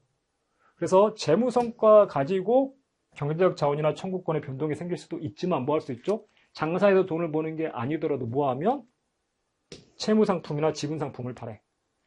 채권을 발행하거나 주식을 발행하며 그럼 주식을 발행해서 자산하고 자본이 늘어나고 채권을 발행하면 현금이 들어오니까 자산하고 부채가 늘어나고 그런 걸로도 증가할 수 있어요. 근데 재무성과 외의 사유 채무상품이나 지분상품 발행과 같은 재무성과 외의 사유는 변동되지 않는다? 이게 틀린 거죠. 그래서 제가 보기엔 이 뉘앙스 가지고 대부분 맞추셨다고 봐요. 재무성과 외의 사유는 변동되지 않는다? 아니 뭔가 더 이런 걸로도 변할 것 같은데. 그러니까 3번이 왜 그러냐면 저게 문장이 되게 좀 제가 보기엔 어색하거든요. 예를 들어서 보고기업의 경제적 자본 및 청구권은 재무성과로만 변하지 채무상품이나 지분상품의 발행과 같은 사유로는 변동되지 않는다. 이런 뜻의 지문을 만들고 싶은데 원문이 이렇게 돼 있는 거예요. 원래 저게 자동차의 원문이 이렇게 돼 있거든요. 보고기업의 경제적 자원 및 청구권의 변동은 그 기업의 재무성과 그리고 채무상품이나 지분상품의 발행과 같은 그 밖의 사건이나 거래에서 발생한다. 이 지문을 틀린 지문을 만드는데 요걸로만 변하지 요걸로는 변하지 않는다라는 지문을 만들면서 이걸 문장을 좀 이상하게 만들었어요. 제가 보기엔 출제문이. 그렇잖아요. 채무상품이나 지분상품의 발행과 같이 재무성과 이렇게 읽어버릴 수가 있잖아요.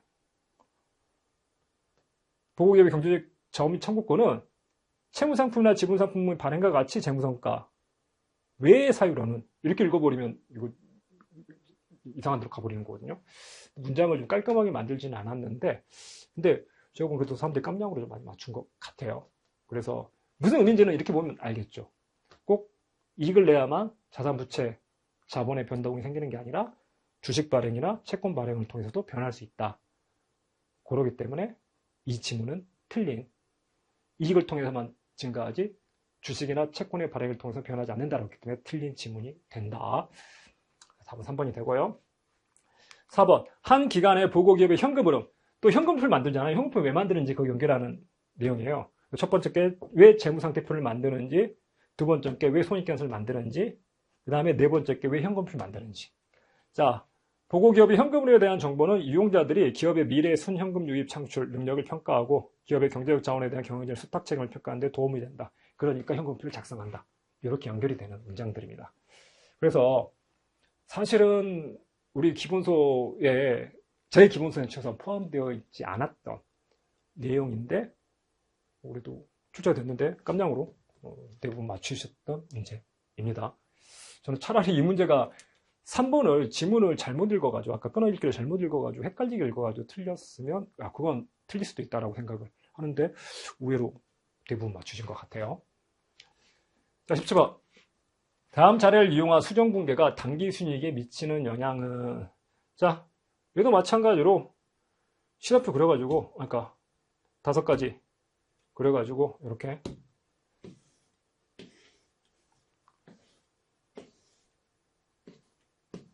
자산부채 자본 수익 비용 그래가지고 접근할 수 있습니다. 자, 수정 전 시산표, 수정 후 시산표 그 차이만큼 증가 감소하는 거죠. 자, 수정사항이 요 사이에 들어가는 거니까 그 수정분계 어떤 분계가 있었을 거냐. 자, 선급 비용이 2,000원에서 1,000원으로 줄었어요. 물론 이거 계속 말씀드려 분계로도 풀 수 있지만 분계보다는 그냥 도예로 그냥 풀어버리시는 거 추천을 드립니다. 선급 비용은 자산인가요? 부채인가요? 비용을 내가 미리 선급해놨다 자산이죠. 자산이 2,000에서 1,000으로 감소. 여기서 자산이 1,000이 감소했다고요. 그 1,000 감소한 만큼 뭐가 될까요? 숫자를 동시에 쓰면 좌우 합계가 항상 맞아야 된다고 그랬잖아요. 그러니까 오른쪽에 마이너스 1,000이 되든지 아니면 왼쪽에 플러스 1,000이 돼가지고 좌우가 0이 되든지 좌우가 항상 균형이 맞아야 된다. 자, 자산이 1,000 줄었는데 자, 선급 비용이 줄었다. 뭐가 될까요? 내가 미리 준 비용이 있었는데 그게 줄어들면 왜 줄어드는 거죠? 기간이 된 거죠. 아, 작년에 올해 비용을 미리 줘놨는데 언제 기간이 돼가지고 그걸 비용으로 인식했을 때 줄어드는 거죠. 그래서 뭐가 늘어나냐면 왼쪽에 비용이 자산, 부채, 자본, 수익 비용일 때 자산 1,000 줄어들면서 비용이 1,000 들어가지고 왼쪽 합계 0, 오른쪽 합계 0 해서 균형이 맞는 거고요. 자, 미지급 비용은 부채죠. 부채가 1,000 증가했습니다. 부채가 1,000 증가. 부채가 1,000이 증가했는데 왜 증가했다? 비용이 발생했는데 안 주니까 안 줬으니까 미지급 비용이 되는 거죠. 그래서 비용이 1,000만큼 발생한 거예요. 그래서 오른쪽 1,000 증가, 왼쪽 1,000 증가해서 좌우가 맞고 선수수익. 수익인데 미리 받은 거 부채죠. 마찬가지로 부채가 1,000 증가했습니다. 부채가 1,000 증가했는데 선수수익은 언제 증가할까요? 수익이 생겼는데 돈을 받았는데 그게 지금 수익이 아닌 거예요.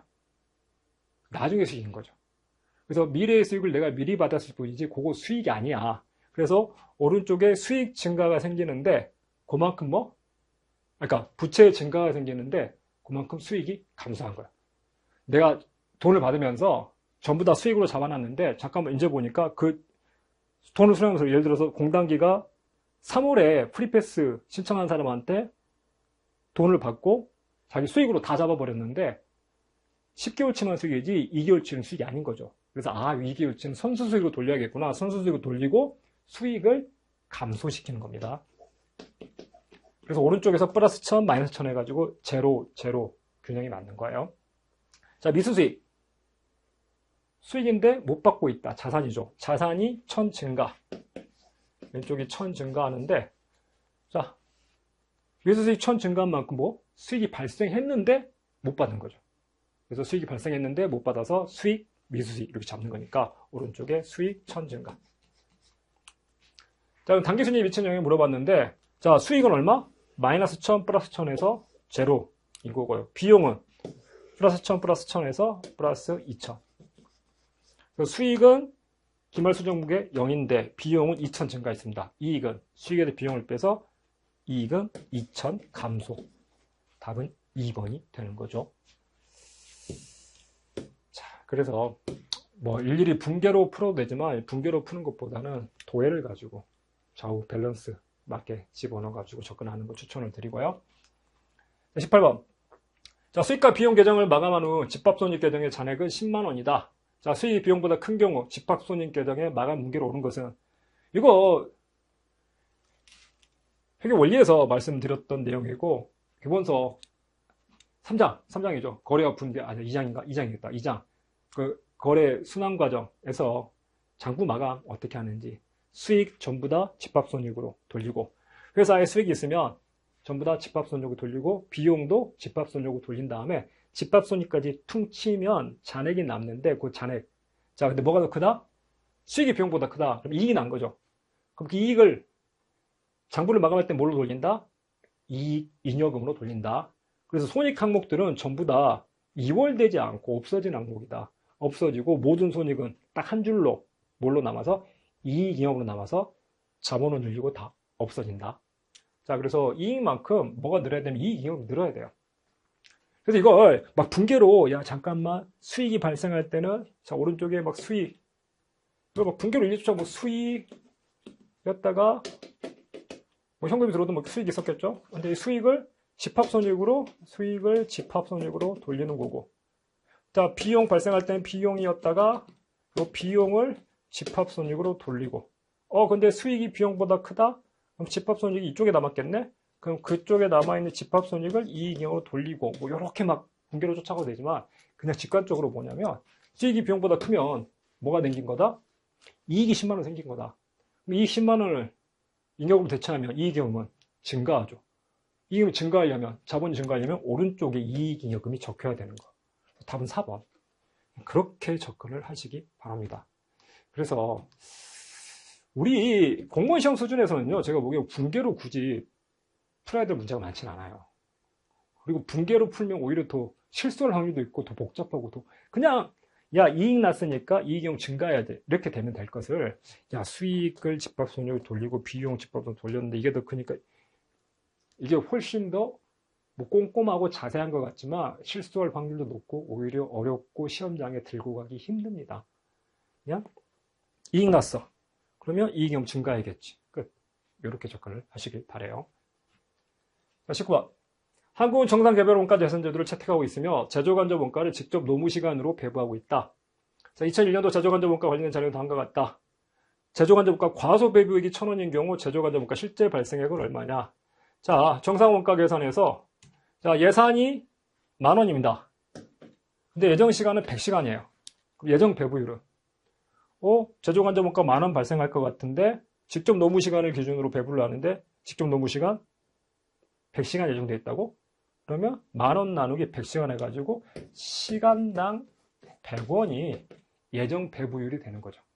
그래서 직접 노무 시간마다 100원씩 배부를 하는데 그럼 얼마가 배부됐을 거다? 실제 120시간을 노무 시간이 발생했으니까 곱하기 120시간 해가지고 배부액은 12,000원이 된다고요. 근데 12,000원을 배부했는데 이게 실제 배부액에 비해서 과속, 적게 배부된 거예요. 12,000원이 실제 배부액보다 1,000원이 적다고? 그러면 실제 배부액은 그것보다 1,000원 더 많은 13,000원. 실제 배부익이 아니라 실제 발생액은. 그래서 실제 발생이 13,000원인데 12,000원만 배부했으니까 1,000원 과소 배부였던 거죠. 실제 발생은 얼마? 13,000원. 답은 3번.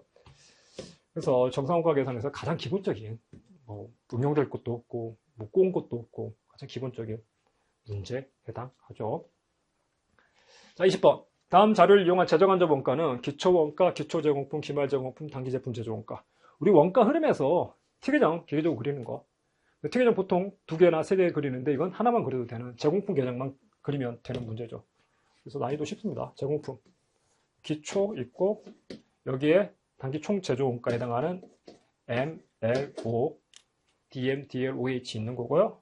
자, 이게 뭘로 넘어간다? 단기 제품 제조원가로 넘어가는 거고 기말 제공품.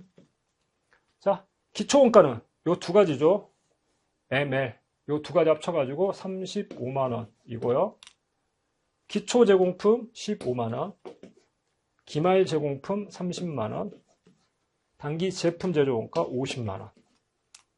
자, 오른쪽 합계 80만원입니다.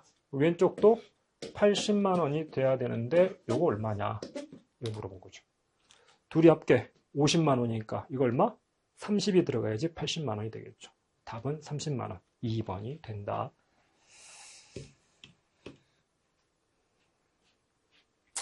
자, 그래서 이 3번 해설 강의는 마치도록 하겠는데요. 처음에 말씀드린 대로 지금 이 해설 강의를 듣는 목적이 뭐 지난 해설 강의 이미 시험 끝나버렸는데 그 문제 해설이 궁금하다기보다는 앞으로 내가 지금 그러니까 내가 풀었던 시험 내가 왜 틀렸는지 그걸 확인하는 이유는 뭐죠? 다음 시험을 잘 보기 위해서. 그래서 처음 말씀드렸지만 지금 여러분이 이 해설 강의 듣는 시점이 다 다르실 거라고요. 2025년 지금 지방직 대비를 하기 위해서 듣고 있다. 아니면 26년 국가직 대비를 듣고 있다. 방향이 다른데 25년 지방직 대비로 들으신 분은요. 아, 국가직 이렇게 나왔으니까 지방직도 이렇게 나오지라고 대비하는 건 위험하다. 말씀드렸지만 이번 시험은 되게 좀 국가직에서 작년, 올해 2년 동안 이어지는 트렌드이지 지방직 트렌드가 아닙니다. 지방직은 출제 위원이 달라요. 그래서 말문제 대비에 국가직처럼 신경 쓰기보다 말문제 안 나온다는 얘기는 하지만 국가직처럼 말문제가 나올 확률은 낮고 작년 지방직처럼 계산 문제 위주로 나올 확률이 높기 때문에 계산 문제 대비를 좀 하셔야 되고요. 꼭 잘못하는 게 그거거든요. 국가직 말문제 많이 나왔으니까 지방직도 야, 나 이번에 국가직에서 말문제 때문에 많이 점수가 안 나왔어.